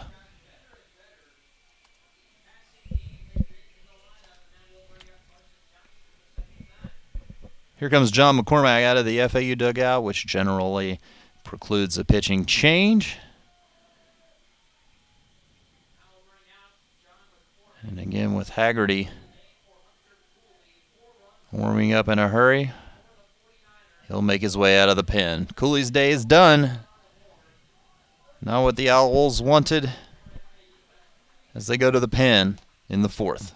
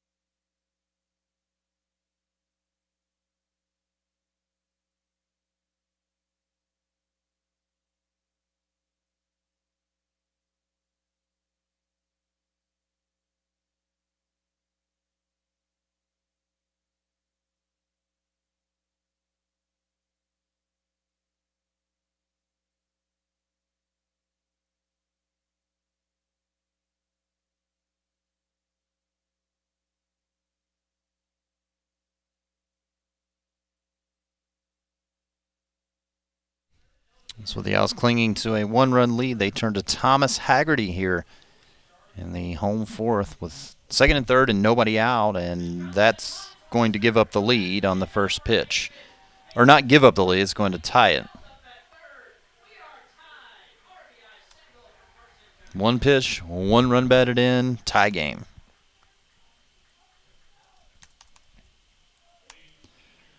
So give Johnson the RBI single, and for the second time, we're tied. We're tied at 3. Now we're tied at 5. Top of the lineup, the 1-for-2 Gino Groover.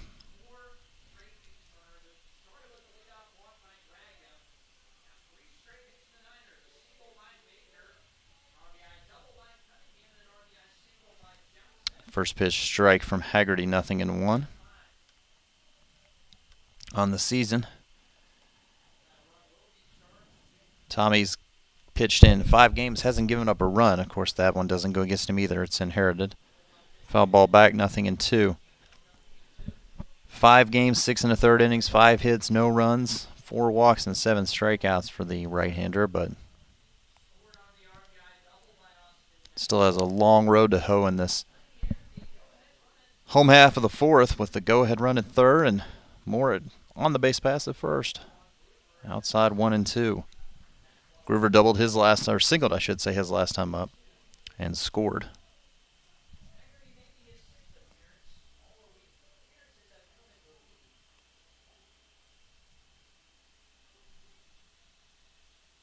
Swing and actually fouling it off was Groover. I didn't think he got a piece, but he did. Then again, it did bounce way over his head. The catcher, Tony.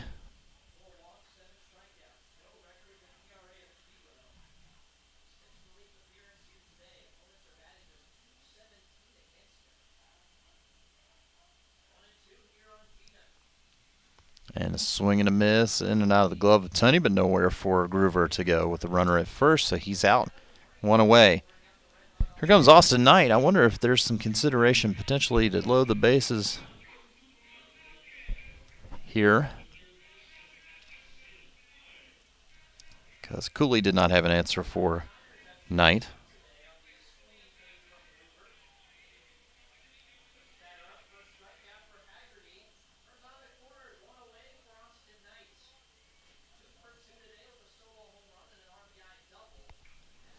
Knight rips it to left, and he might have another one.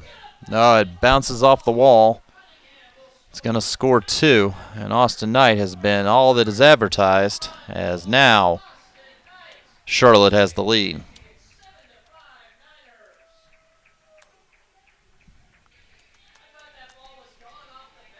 Seven to 5 is your score in a 4-run inning for Charlotte. The Owls will play from behind for the first time today, although they still have to get out of this inning.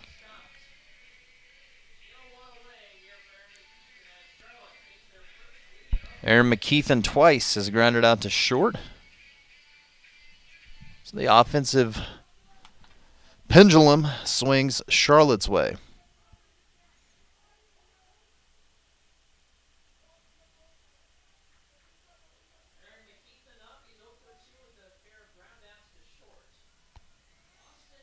Knight, a home run in the first solo, an RBI double in the third, and a 2-run double here in the fourth. Give him 4 runs batted in, so 30 on the season. And 17 doubles, which I'd imagine is among the leaders, not only, well, it's more than almost twice of anyone else in Conference USA, but I'm talking nationally. Breaking ball to McKeithen is a called strike, 1-1.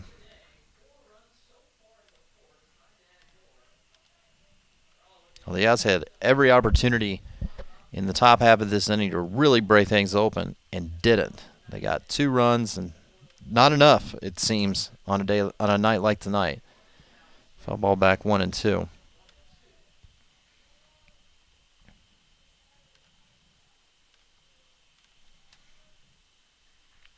And one of those runs now on Haggerty's ledger, the first he's given up all season long.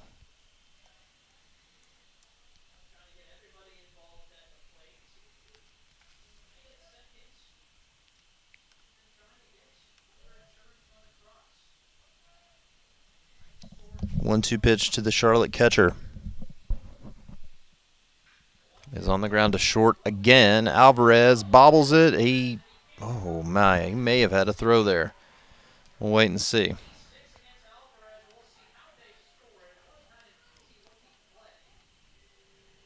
By the way, Knight is number 1 in the nation in doubles coming into tonight's game, and he's added 2 to that stat column.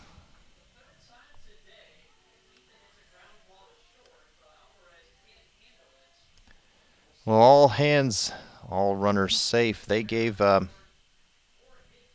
have yet to put it on the board here. Hitter error.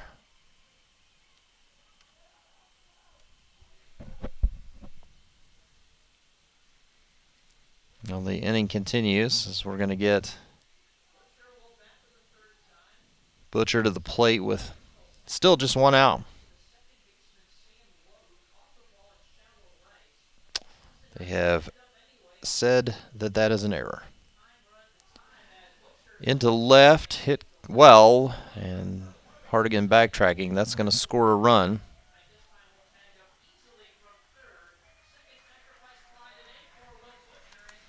Butcher brings Knight across. 2 outs in the inning.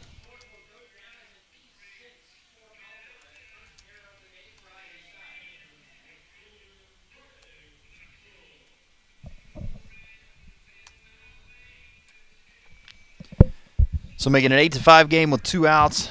Here's Keuchel, 0 for 2.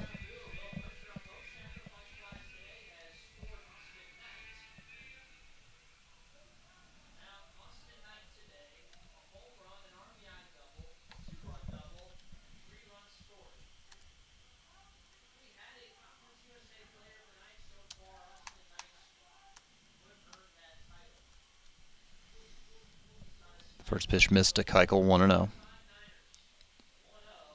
And now outside 2 balls, no strikes.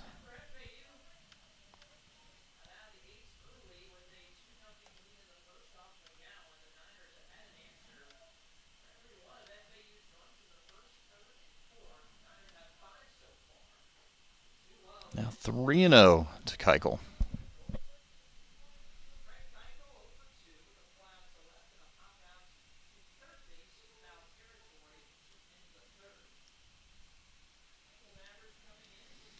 Haggerty says we'll see if Keuchel gets the green light on 3-0. He was taking all the way, and it was a strike. Top portion of the zone. 3-1. So Cooley's day is done, both obviously physically and now statistically. And the Owls will have to dig out of a hole as the inning will continue. And Dragon, who led off this inning with a walk, now steps to the plate. So Cooley, 3 innings, 7 hits, 6 runs all earned with a walk and no strikeouts, and that's telling. Dragon's been on twice with a double and a walk with a run scored this inning.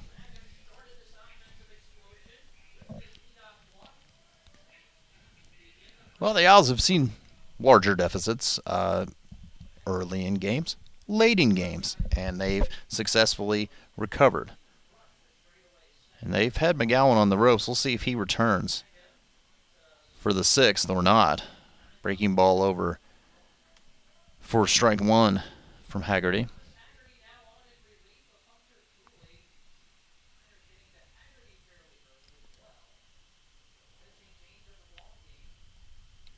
Nice pitch over breaking ball for strike 2. Swinging. Mentioned Dragon before, a sophomore, but first year with the Charlotte program from Lewisburg Community College,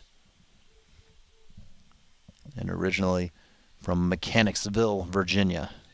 Spiked off the turf, blocked by Tony 1 and 2. Got the lefty Sam Drumheller getting loose in the FAU pen. And they're going to come take a look at Haggerty, not only David Kopp, but our athletic trainer Brandon Frasina, whose appearance on the field courtesy of the official orthopedics and sports medicine provider of FAU Athletics, which is Baptist Health.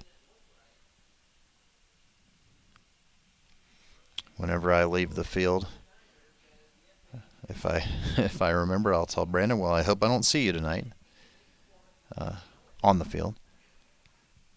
And unfortunately, he has made an appearance. It's an 8-5 game in favor of Charlotte, this 5 spot in the 4th inning. Cooley pulled in the 4th, and they're pointing to the pen. So in the middle of this at bat, Haggerty is going to be pulled.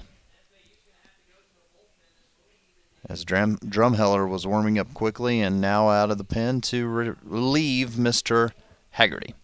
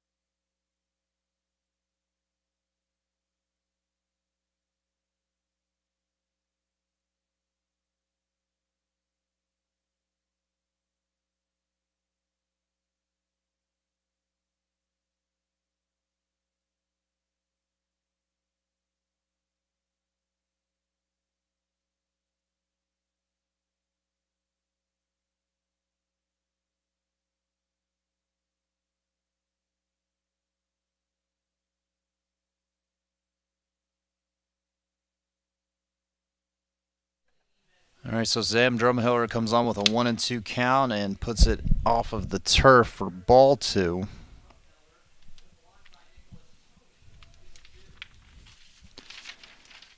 Again, Haggerty having to come out mid at bat due to injury. 2 on and 2 out.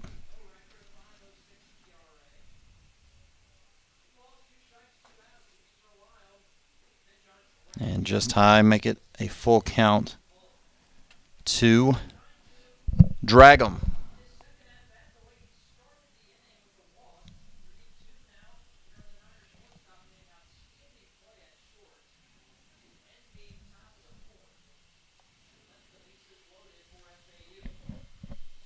And the left-hander Drumheller on his birthday gets a swinging strikeout of drag 'em. That'll conclude the inning, but a 5-run frame for Charlotte and an 8-5 Charlotte lead.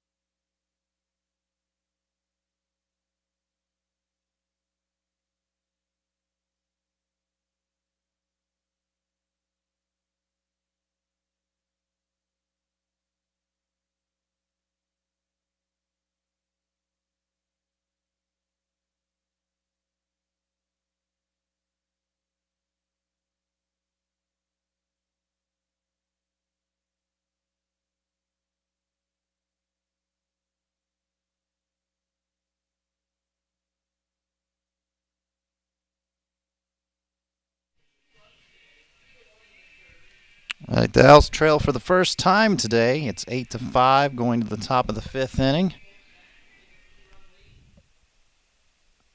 And McGowan is back out for the 5th, or the 6th, I should say, the top half.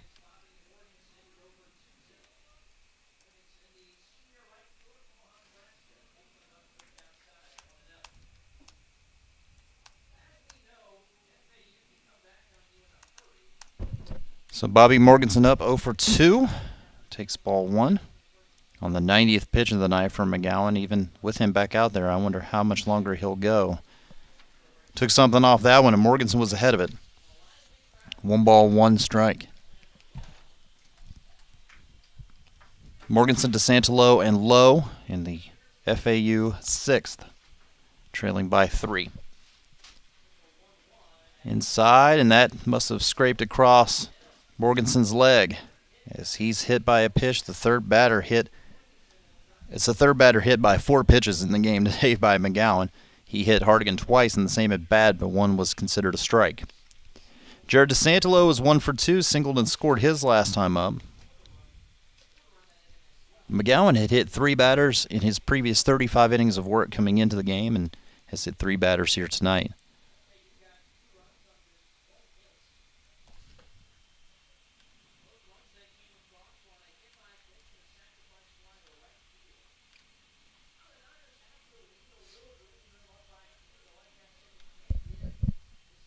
And the first pitch of the Owls' designated hitter is outside ball 1.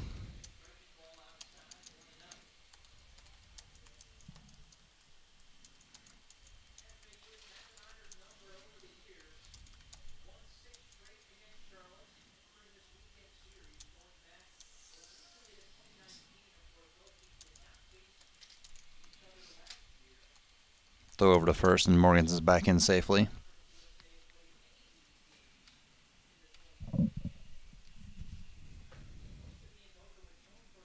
1-0.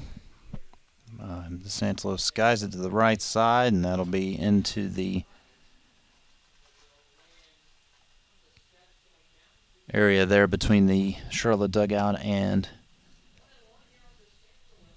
batting cages.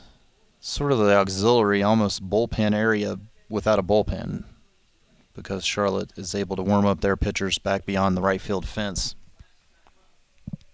It's 1-1 to DeSantolo. And swing and a miss on an off speed makes it 1-2.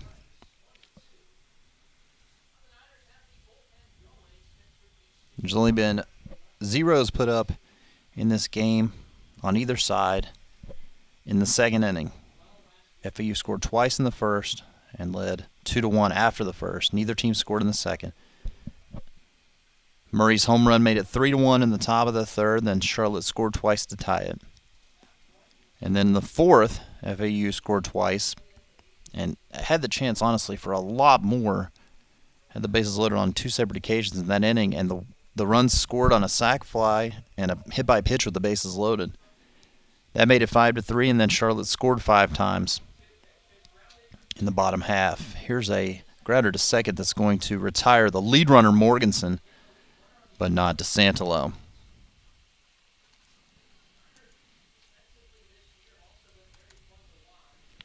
Fielder's choice puts Jared at first with 1 out for Sam Lowe.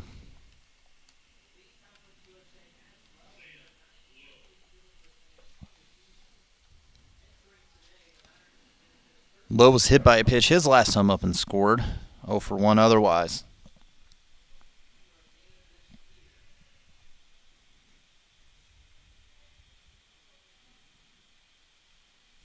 And first pitch is inside to him, 1-0. 8 runs, 9 hits, no errors for Charlotte. 5 runs, 6 hits, and an error for FAU. With a lot of baseball to go, we're just in the top half of the 5th inning.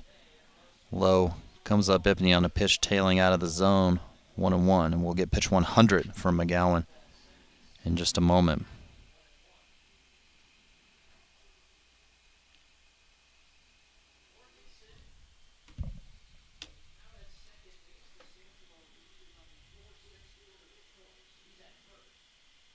Outside, 2-1.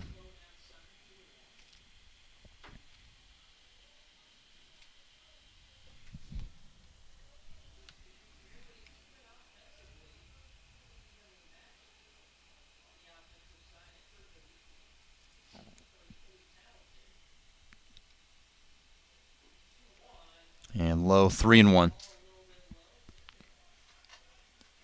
As the sun starting to set behind us here and the shadows creeping onto home plate, and the temperature's actually risen a couple of degrees. It's 52 now, but expected to drop into the low 30s tonight, hopefully well after we leave this place. Called strike is 3-2. Even going into the 6 o'clock, 7 o'clock hour, you're going to get into the mid-40s.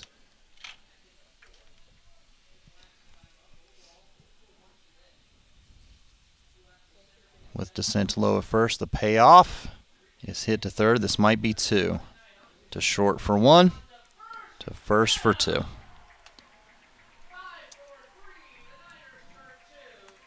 That's a big 0 put up by McGowan in the 5th to keep the 3-run lead. Drumheller returns in just a moment for your Owls after getting the last out of the last inning.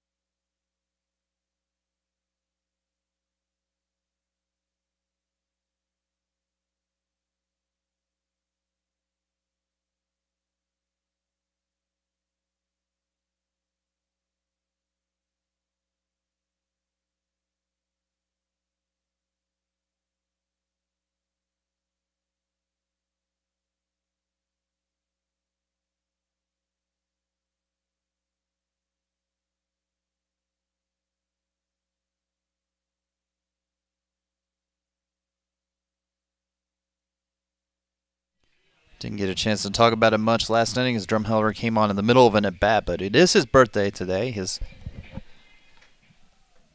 The newcomer, the reliever, who who's on for the 6th time this year and got the last out of the last inning. First pitch, Baker fouls back for ball 1. This is Hunter Baker, who's 2 for 2, including a single with a run scored last inning. And up the first base side and foul. 0-2.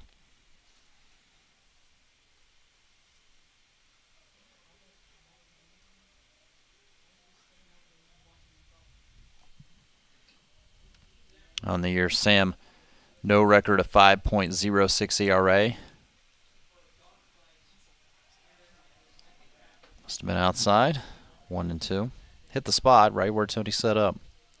7 strikeouts, just 1 walk in 5 1/3 innings for Drumheller. 6 hits, 3 runs, all earned. But of his 3 hits, a triple and 2 homers. Now 2-2. Batters on the whole, batting .286 against the left-handed freshman.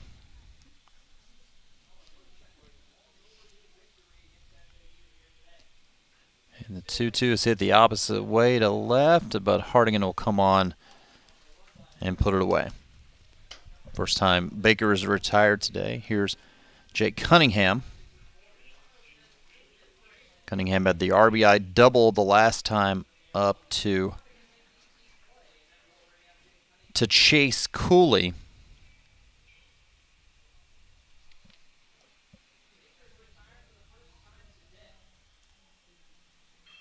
And the first pitch he's swinging, he hits it to second. Sam Lowe takes it on a hop or two and beats the speedy Cunningham to the bag by about a step.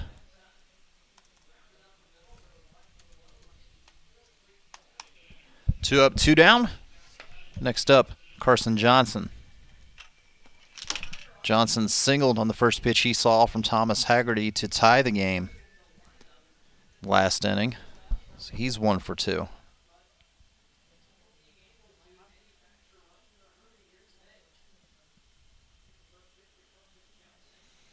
First offering is low to Johnson.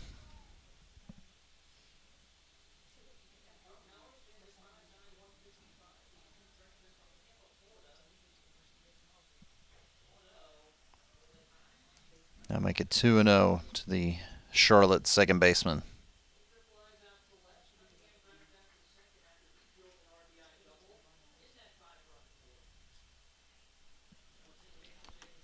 Foul ball there at home plate makes it 2-1. So Drumheller trying to match McGowan's top half of the fifth inning, I should say, with a 0, which has been new and different in this game.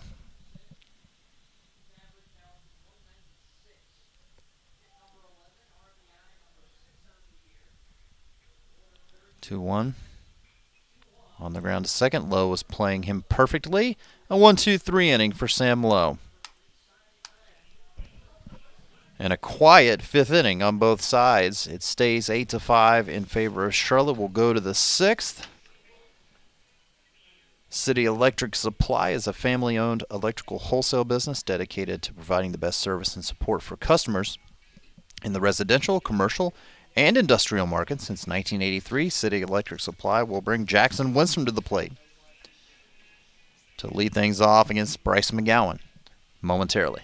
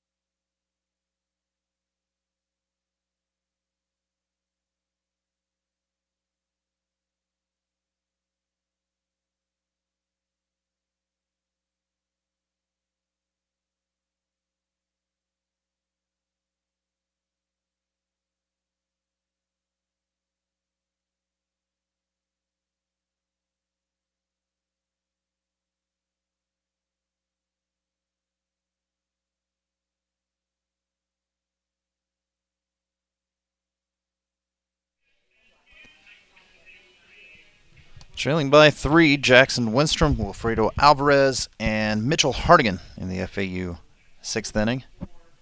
Winstrom, a walk and a strikeout on his stat line today. McGowan, 103 pitches back out for the 6th. But he had a quick and easy 5th, including the double play. Fastball, swing and a miss, 91 against Winstrom.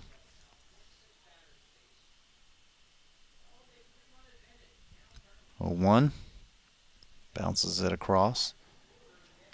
1 ball, 1 strike.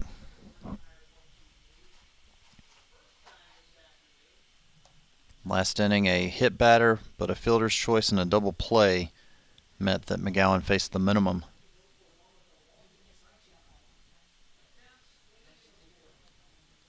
1-1. Popped up left side. Long run. But making the play is Baker for out number 1. Wilfredo Alvarez walked his last time up, was stranded at third, and an inning that could have been. It was a single, a hit batter, and a walk to load him with 1 out. Another hit batter forced in a run. A sacrifice fly was the second out of the inning to score the second run, and then a walk reloaded the bases, and then a fielder's choice on a key defensive play by Drago saved more runs from scoring. First pitch here to Alvarez. Off the plate away, ball 1.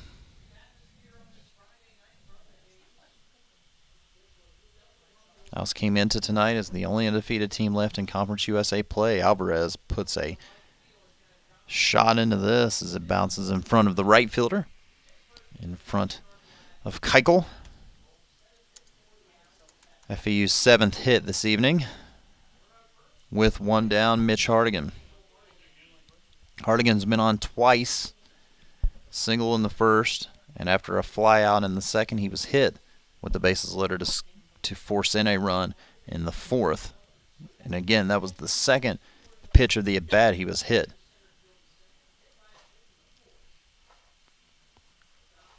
Takes a strike on the outer half, 0-1. You don't see these crooked numbers very often. 109, now 110th pitch coming from McGowan.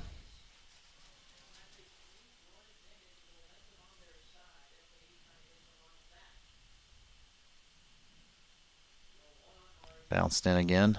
1 ball, 1 strike.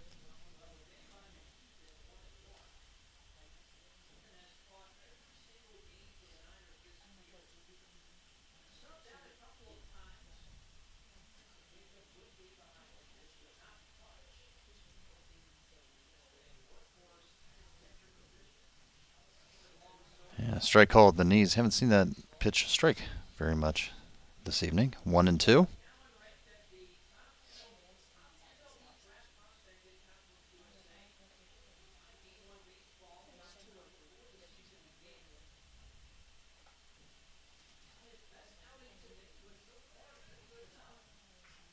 High chopper to second, in between Hobb. The only play will be to first, and it will not be in time. It's a single for Hardigan on the high chopper on this turf.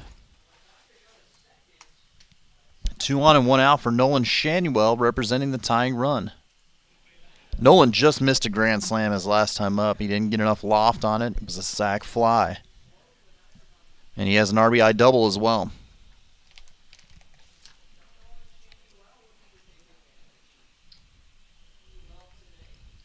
He could tie this game up in a heartbeat. And wouldn't that be fun? On the ground and up the middle and playing it perfectly is the shortstop for a double play. That's where the shift was. Hard hit. Normally that's a base hit, but it's a double play to end the inning, and McGowan gets out of another jam. Score today's 8-5. So we head to the home 6th.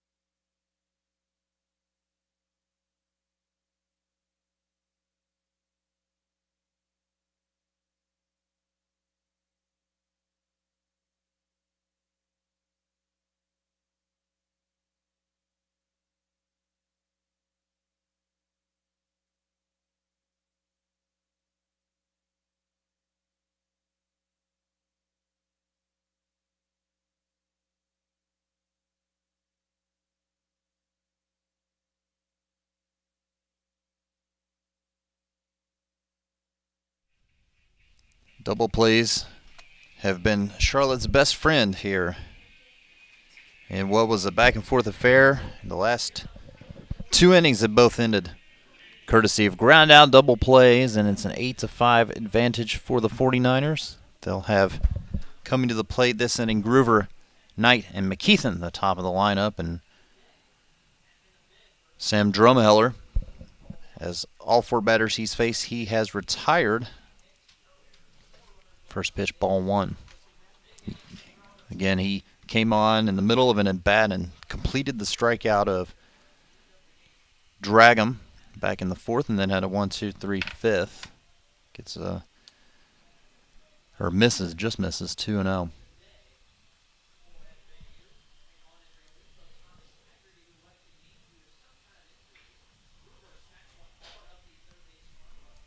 Down the third baseline and foul off the bat of Groover, 2-1. Gino Groover has a hit in 3 at-bats. The true freshman that hails from Morrow, Georgia, and the Walker School. Down into the left field gap, and it will be caught on a hop by Hardigan. His throw wouldn't have mattered as Groover face plants into second on the slide. 2 hits for him. First hit off of Drumheller in the 10th for the 49ers.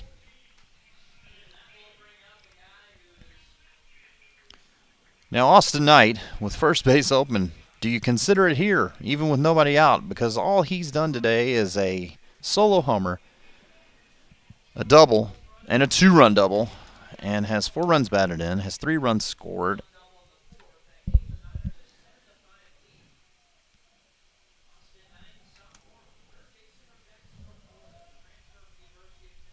They're going to pitch to him. And he hits it to second, and Sam Lowe on his buttocks takes it on a hop and throws out Austin Knight. Does advance Groover to third.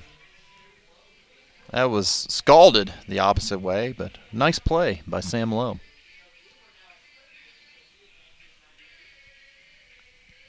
One away, runner at third, Aaron McKeithen.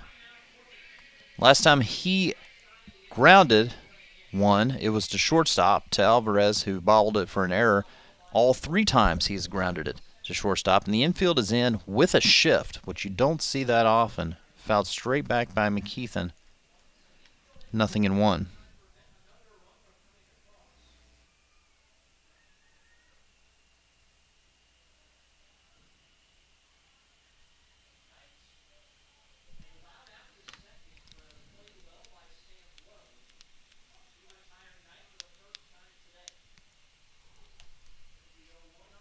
Owen pitch inside and apparently caught the elbow of McKeithen. Runners on the corners, and the Owls can drop back into double play depth with Will Butcher. Next up, Butcher, his last 2 times up, has recorded a sacrifice fly, once to left, a normal sac fly, once to second base. And otherwise, he has flown out to center 0 for 1.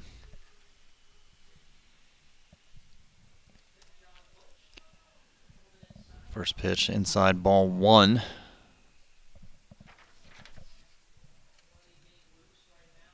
Butcher,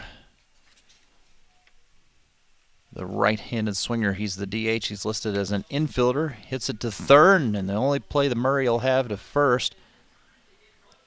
3rd run batted in of the game for Butcher. It was hit too softly to come home and was hit too high to try to go around the horn. So making a 9-5 Charlotte lead with Craig Keuchel.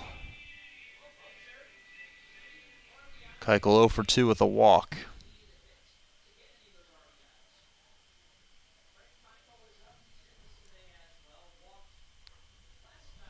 First run given up by Drumheller.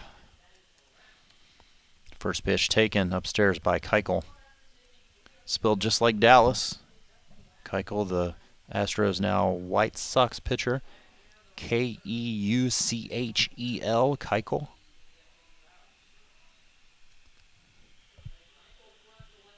Is a junior catcher playing right field today. Hits it to right field or to right center, but Winstrom on the edge of the track will glove it for out number 3. Charlotte now with a 4-run lead, biggest lead of the game, I should say, for either team, 9-5, with 6 in the books.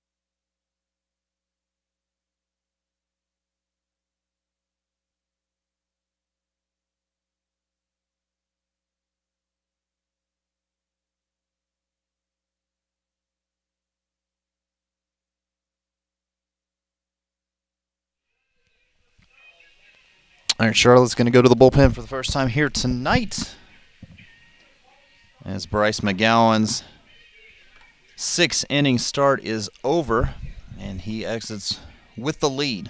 49ers 9, Owls 5. The new pitcher is Jackson Boss, who's had a good season so far. A 1-1 record with a save in 15 1/3 innings. And that's going to span 13 appearances.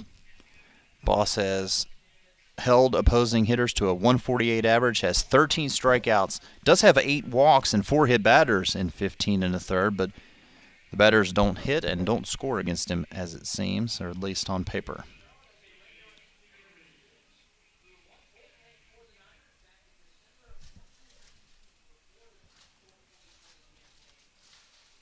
So he'll face, leading off the inning,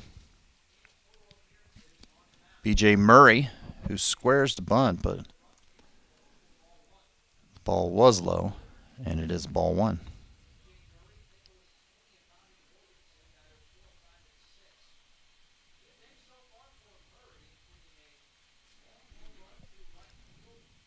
Boss leads Conference USA currently, and actually led the nation last year in the shortened year in appearances. So the 13 appearances so far this year had 11 in,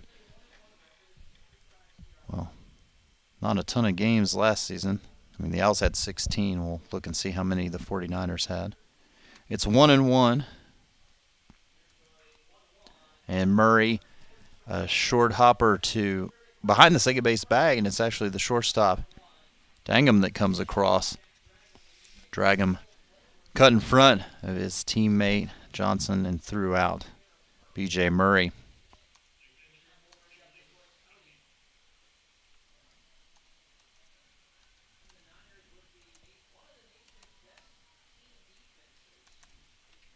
Nick Toney with 1 away.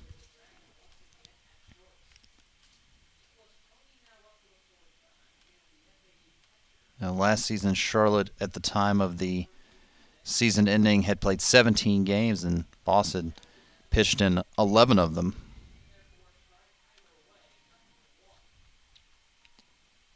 With last season a 3.63 ERA, so he's been even better so far in the early going in 2021. 0-1 to Toney. inside, 1 ball, 1 strike. Nick has a hit in 3 at-bats. Now, Murray was just retired for the first time after an RBI single, a solo home run, and a walk. Too busy looking up information on the new Charlotte reliever who gets ahead 1-2. Jackson Boss is 6 foot even, 186 pounds, from Loganville, Georgia. Third-year sophomore. 1-2. And Tony comes up empty. 2 up, 2 down. Now Bobby Morganson searching for his first hit of the day. A strikeout, line out to center, and was hit by a pitch.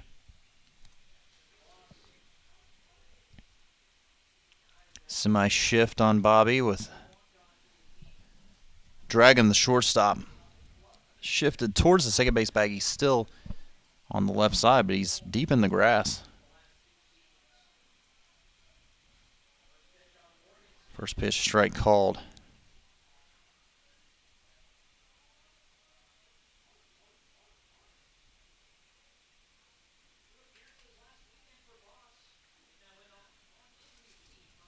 Set for the 0-1. Must have been outside. 1 ball, 1 strike. Owls led 2-0, 3-1, and 5-3. But Charlotte has scored the last 6 runs in this game, leading 9-5. And now 2-1 to Bobby.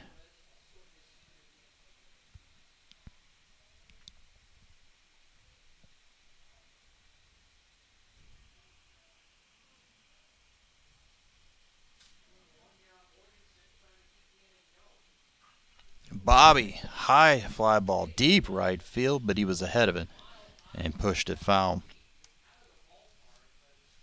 Had the distance, did not have the direction.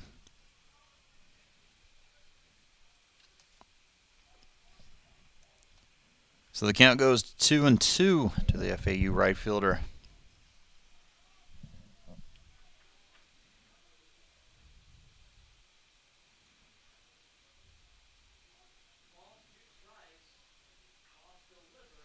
Fouled away, this way, this time backwards.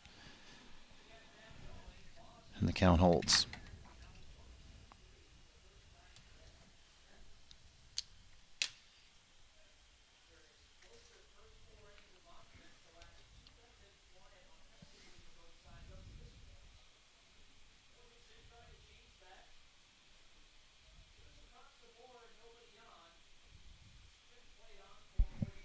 Break even coming from Boss. And may have been foul tip, but it's into the mitt. Either way of McKeithen. Give Boss 2 strikeouts and a 1-2-3 7th inning. We'll go to the stretch here in Charlotte. Owls trailing by 4. It's 9-5. 49ers.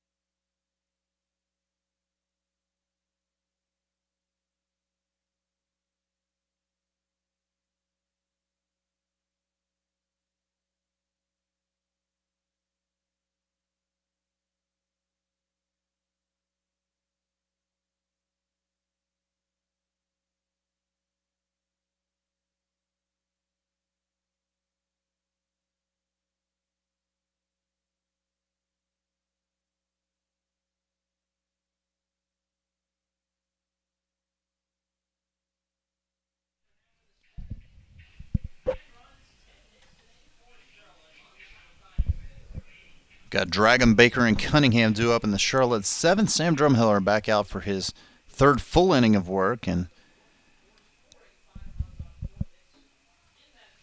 Just missed high for ball one. To the Charlotte shortstop, Dragum has a hit and a couple of at-bats plus a walk. Chopper to third. Murray has trouble momentarily getting it out of his glove, but beats Dragum by a handful of steps.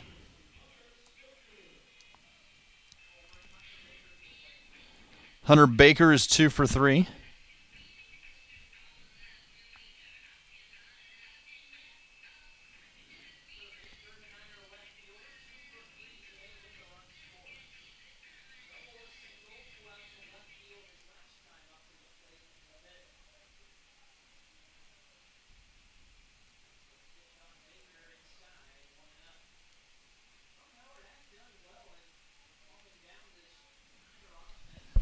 I said Hunter Baker, his first 2 times up, a double and a single, and then he flew out to left against Drumheller in the 5th.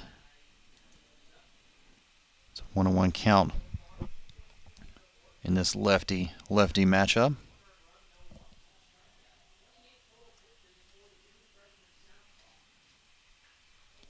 Jam shot into center that Winstrom will camp underneath of. 2 up, 2 down. Now Jake Cunningham. Cunningham, the RBI double back in the 4th was a key hit, and of course that inning sort of fell apart if you're an Owl fan. Otherwise, a fly out to left, a ground out to second.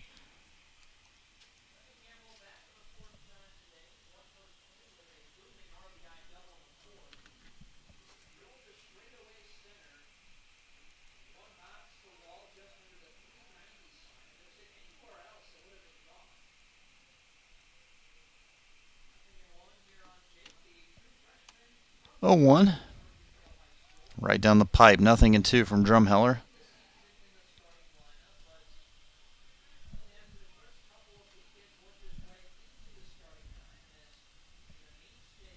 And the 0-2. Swing and a miss. Drumheller. Good outing for the freshman, including 2 1-2-3 innings, and he's kept the bats within shouting distance. Now they need to return the favor. Bottom third of the Owl lineup in the 8th, trailing by 4.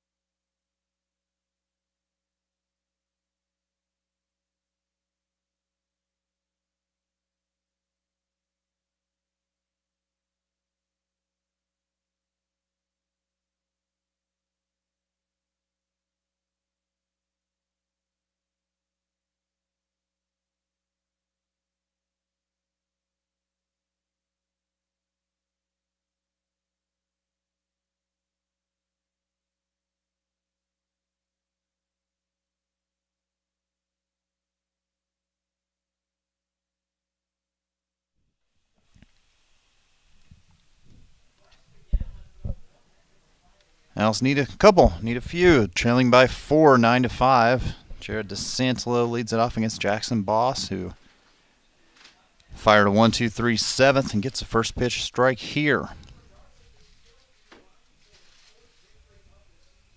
Boss, my assumption is he's the bridge to the back end of this Charlotte bullpen, as Lothus has 3 saves. 1-1 now.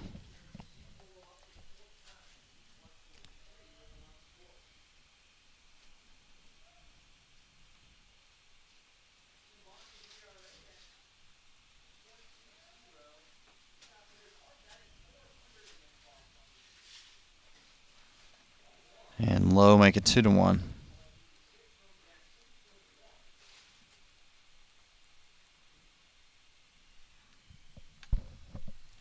Jared has a hit and 3 at-bats with a run scored. Last time up, grounded into a fielder's choice. Outside corner strike called. 2-2. DeSantolo, Lowe, and Winstrom due up. 7, 8, 9 this FAU lineup in the 8th.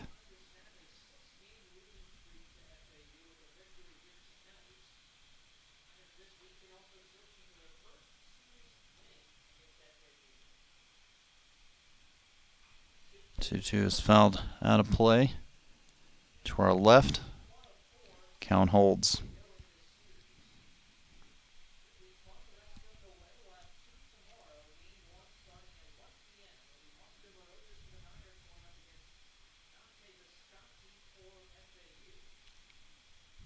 And the break-even pitch is strike 3 called.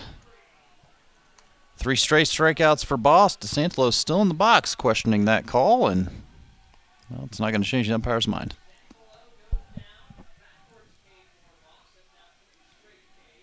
Sam Lowe, 0 for 2 last time up, grounded into a 5-4-3 double play.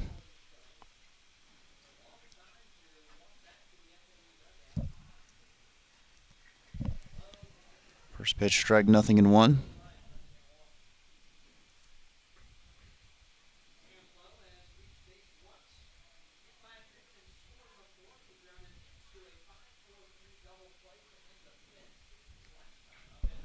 Lowe turns this one around into center, but it'll be caught on the run, or will it? Yeah, it will.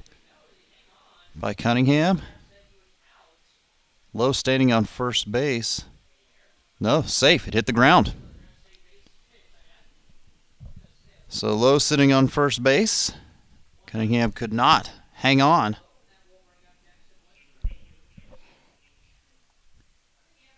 Jackson Winstrom now.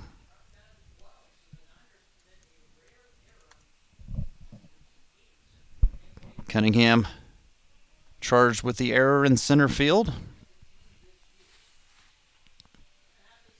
Some new life for FAU.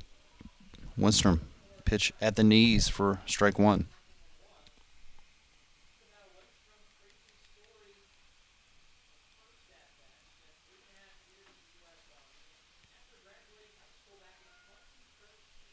Throw over to first, Low back in safely.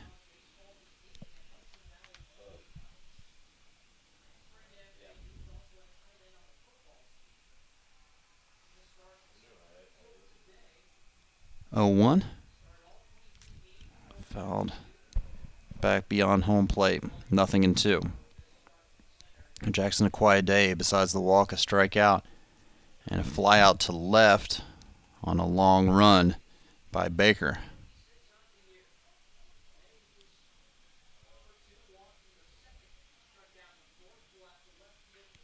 Winstrom, number to second. It's only going to be 1.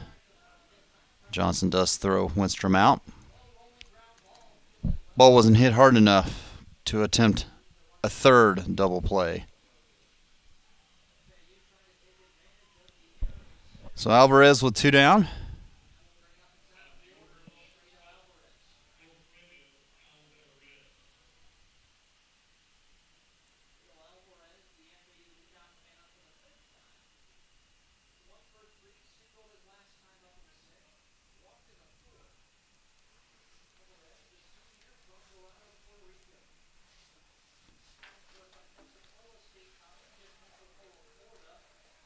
First pitch strike to Alvarez, who singled his last time up and walked the time prior. So he's been on twice in the leadoff slot here tonight for FAU.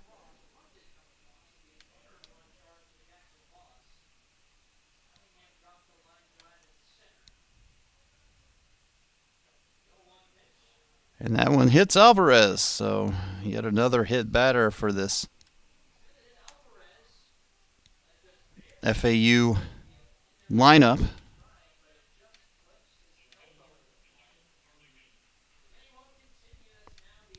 Inning extended now for Mitch Hardigan.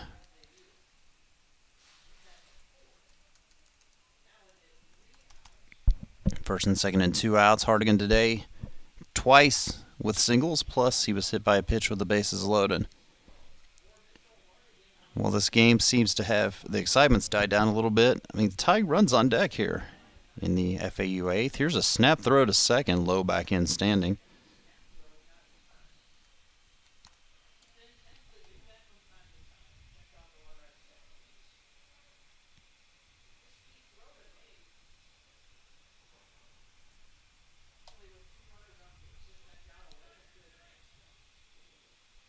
One zero.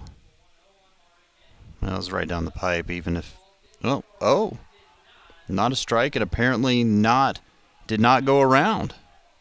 They appeal down to second and say that Hardigan didn't go around, but it looked to me to be a strike otherwise. And the base umpire pushing Coach Woodard back into the Charlotte dugout. Not physically, with his hand. Gesturing for Woodard to go back in the dugout. 2-0. Hardigan into right. It's going to hang up there. And making the catch is Keuchel. The error and the hit batter do not come back to haunt the Niners. Owls have stranded 9 in the game and are down 4. New pitcher coming along for FAU. Looks like Jack Stroud, but we'll verify that in just a moment.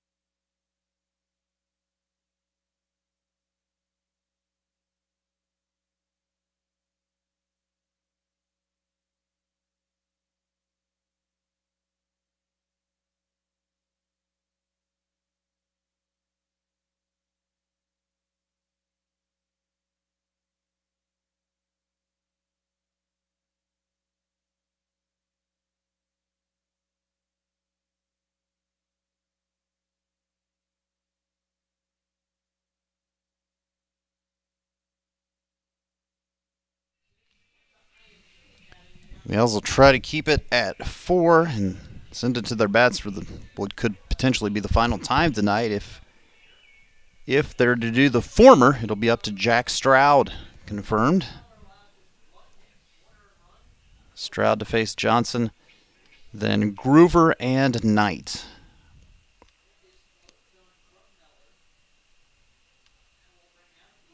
Heck of an outing in relief by Sam Drumheller. Now the next lefty, Jack Stroud, pumps a fastball over a 91 for a called first strike. Stroud 3 appearances this year, so number 4. And ahead, I should say, nothing in 2. 2 1/3 innings, a hit, 2 runs, both earned, 3 walks, 3 strikeouts for Stroud. Batter's hitting just 125 against him, only a double. Bounces it into Tony, who took it like a first baseman. 1 and 2.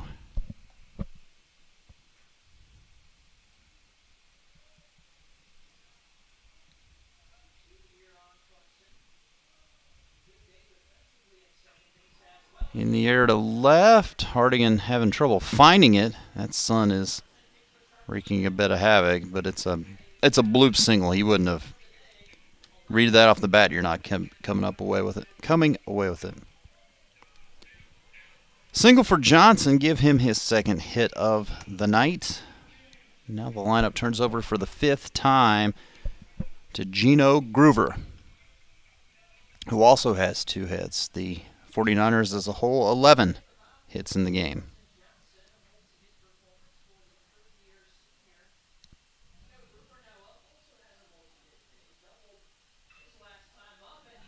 This one's hit into center. Winstrom takes it like a receiver on a route. The throw will just come into the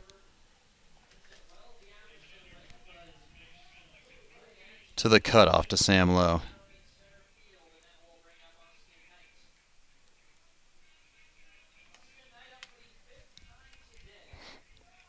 We'll see if the Owls can. While they did retire Austin Knight his last time up, he still scalded it to second. We'll see if maybe it could be a little quieter of an out. 3-hit night for the Charlotte third baseman. Takes ball 1. Didn't know what to expect. You can only go by what you read, what stats are put up, but my goodness, Knight has lived up to his billing on paper for sure tonight. Foul tip off of Nick Toney makes the count 1-1. FAU women's soccer team will be in action tonight a little later on at Middle Tennessee. It'll be an 8 p.m. Eastern start, so otherwise, all of the Conference USA soccer matches on these Friday nights have been at 7, and that's what it is, but it's in Murfreesboro.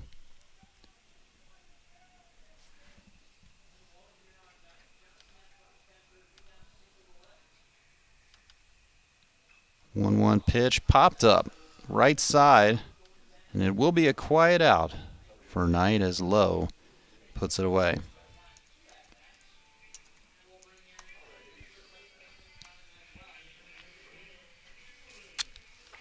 Two down.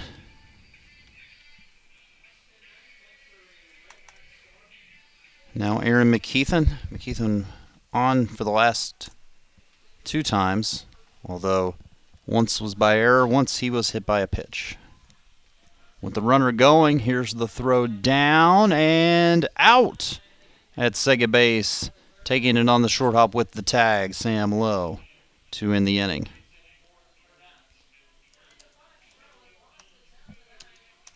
So we go to the 9th. The Owls will need 4 to tie, 5 to move ahead, and Nolan Shanuel will lead it off against Jackson Boss in a couple of minutes.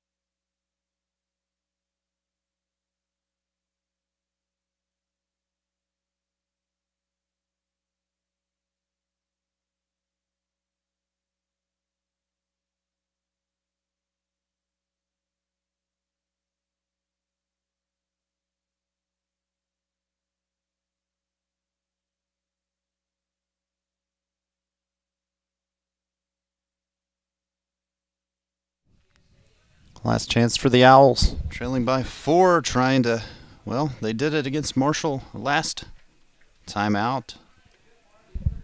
What seemed to be prying a win out of the jaws of defeat. They need 4 here in the ninth to do it tonight. And Shandywell is going to be hit by the 1-0 pitch. It's the 5th hit batter by Charlotte pitching tonight.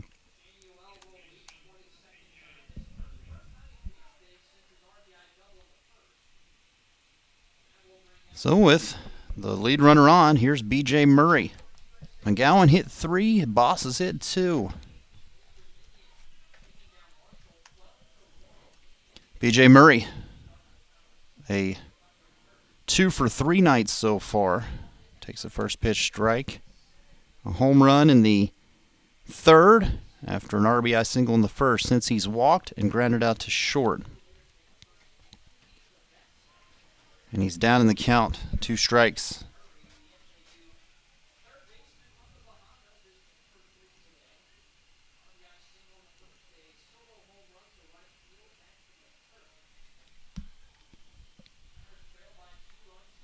Fouled back, still 0-2.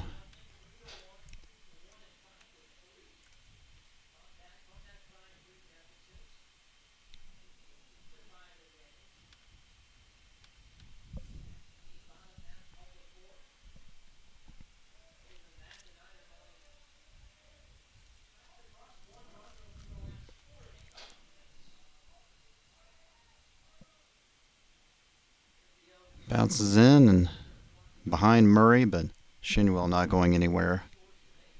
Make it 1-2.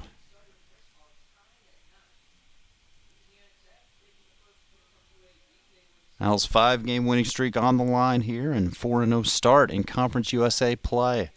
Also at risk. Murray chases a fastball up and goes down swinging. Now Nick Toney. Give Boss 4 strikeouts and 2 1/3, while McGowan had 4 in his full 6 innings of work. McGowan, statistically, his worst start of the year, but he's in line for the victory, as his bat certainly came to play tonight. Swing and a miss by Toney, 0-1. Toney got a hit all the way back in the 1st inning, but nothing since.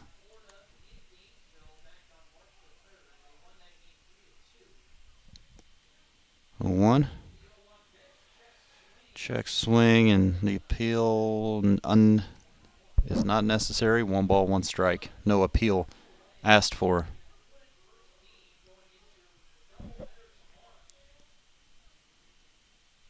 One. Toney skies it to shallow right, and calling off Johnson is the right fielder. Keuchel. Owls down to their final out, with Bobby Morganson announced.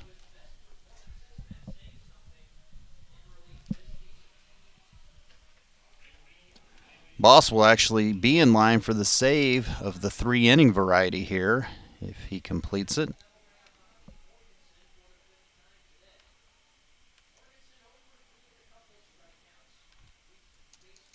Charlotte looking to snap a 6-game losing streak against FAU in the series. 2 straight sweeps. Be a pretty improbable victory at this point for FAU if they were to make this comeback with 2 down. The 1 up stairs, a little in. 1 ball, 1 strike.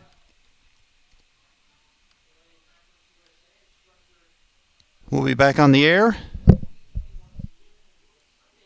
here on YouTube tomorrow. Check the link. I'll make it tonight. Put it on the website. Foul ball off the bat of Morganson on the check swing. 1-2. Haven't created it yet, but we'll do it. And we got a couple of listeners here. Who we got? We got Dave Montrose, Cape Coral. Oh, nice. All radio. Very good. And Christopher, I hope it's Sorge, I hope is the correct name. Yes, Nolan does have a hit today, and an RBI double all the way back in the first when the Owls were leading. They trail here with an out to go. But we appreciate you listening. Hope you'll tune in tomorrow. Here's the 1-2. Morganson up the middle, right where the shortstop Dragon was playing. That will end it. Charlotte with the victory. 9-5, your final. McGowan with the win, Cooley with the loss in a 2-hour and 44-minute game, 43-minute game-ish. Owls' win streak comes to an end. Both teams now 4-1 in Conference USA play. Final score for the final time, Charlotte 9, FAU 5. This will be the end of Game 1, and this has been Jonathan Frazier saying thank you to everyone out there for graciously listening. Have a great rest of your Friday. We'll talk to you for 2 tomorrow. Saturday doubleheader beginning at 1. I'll get on the air about 12:45 tomorrow here from Charlotte.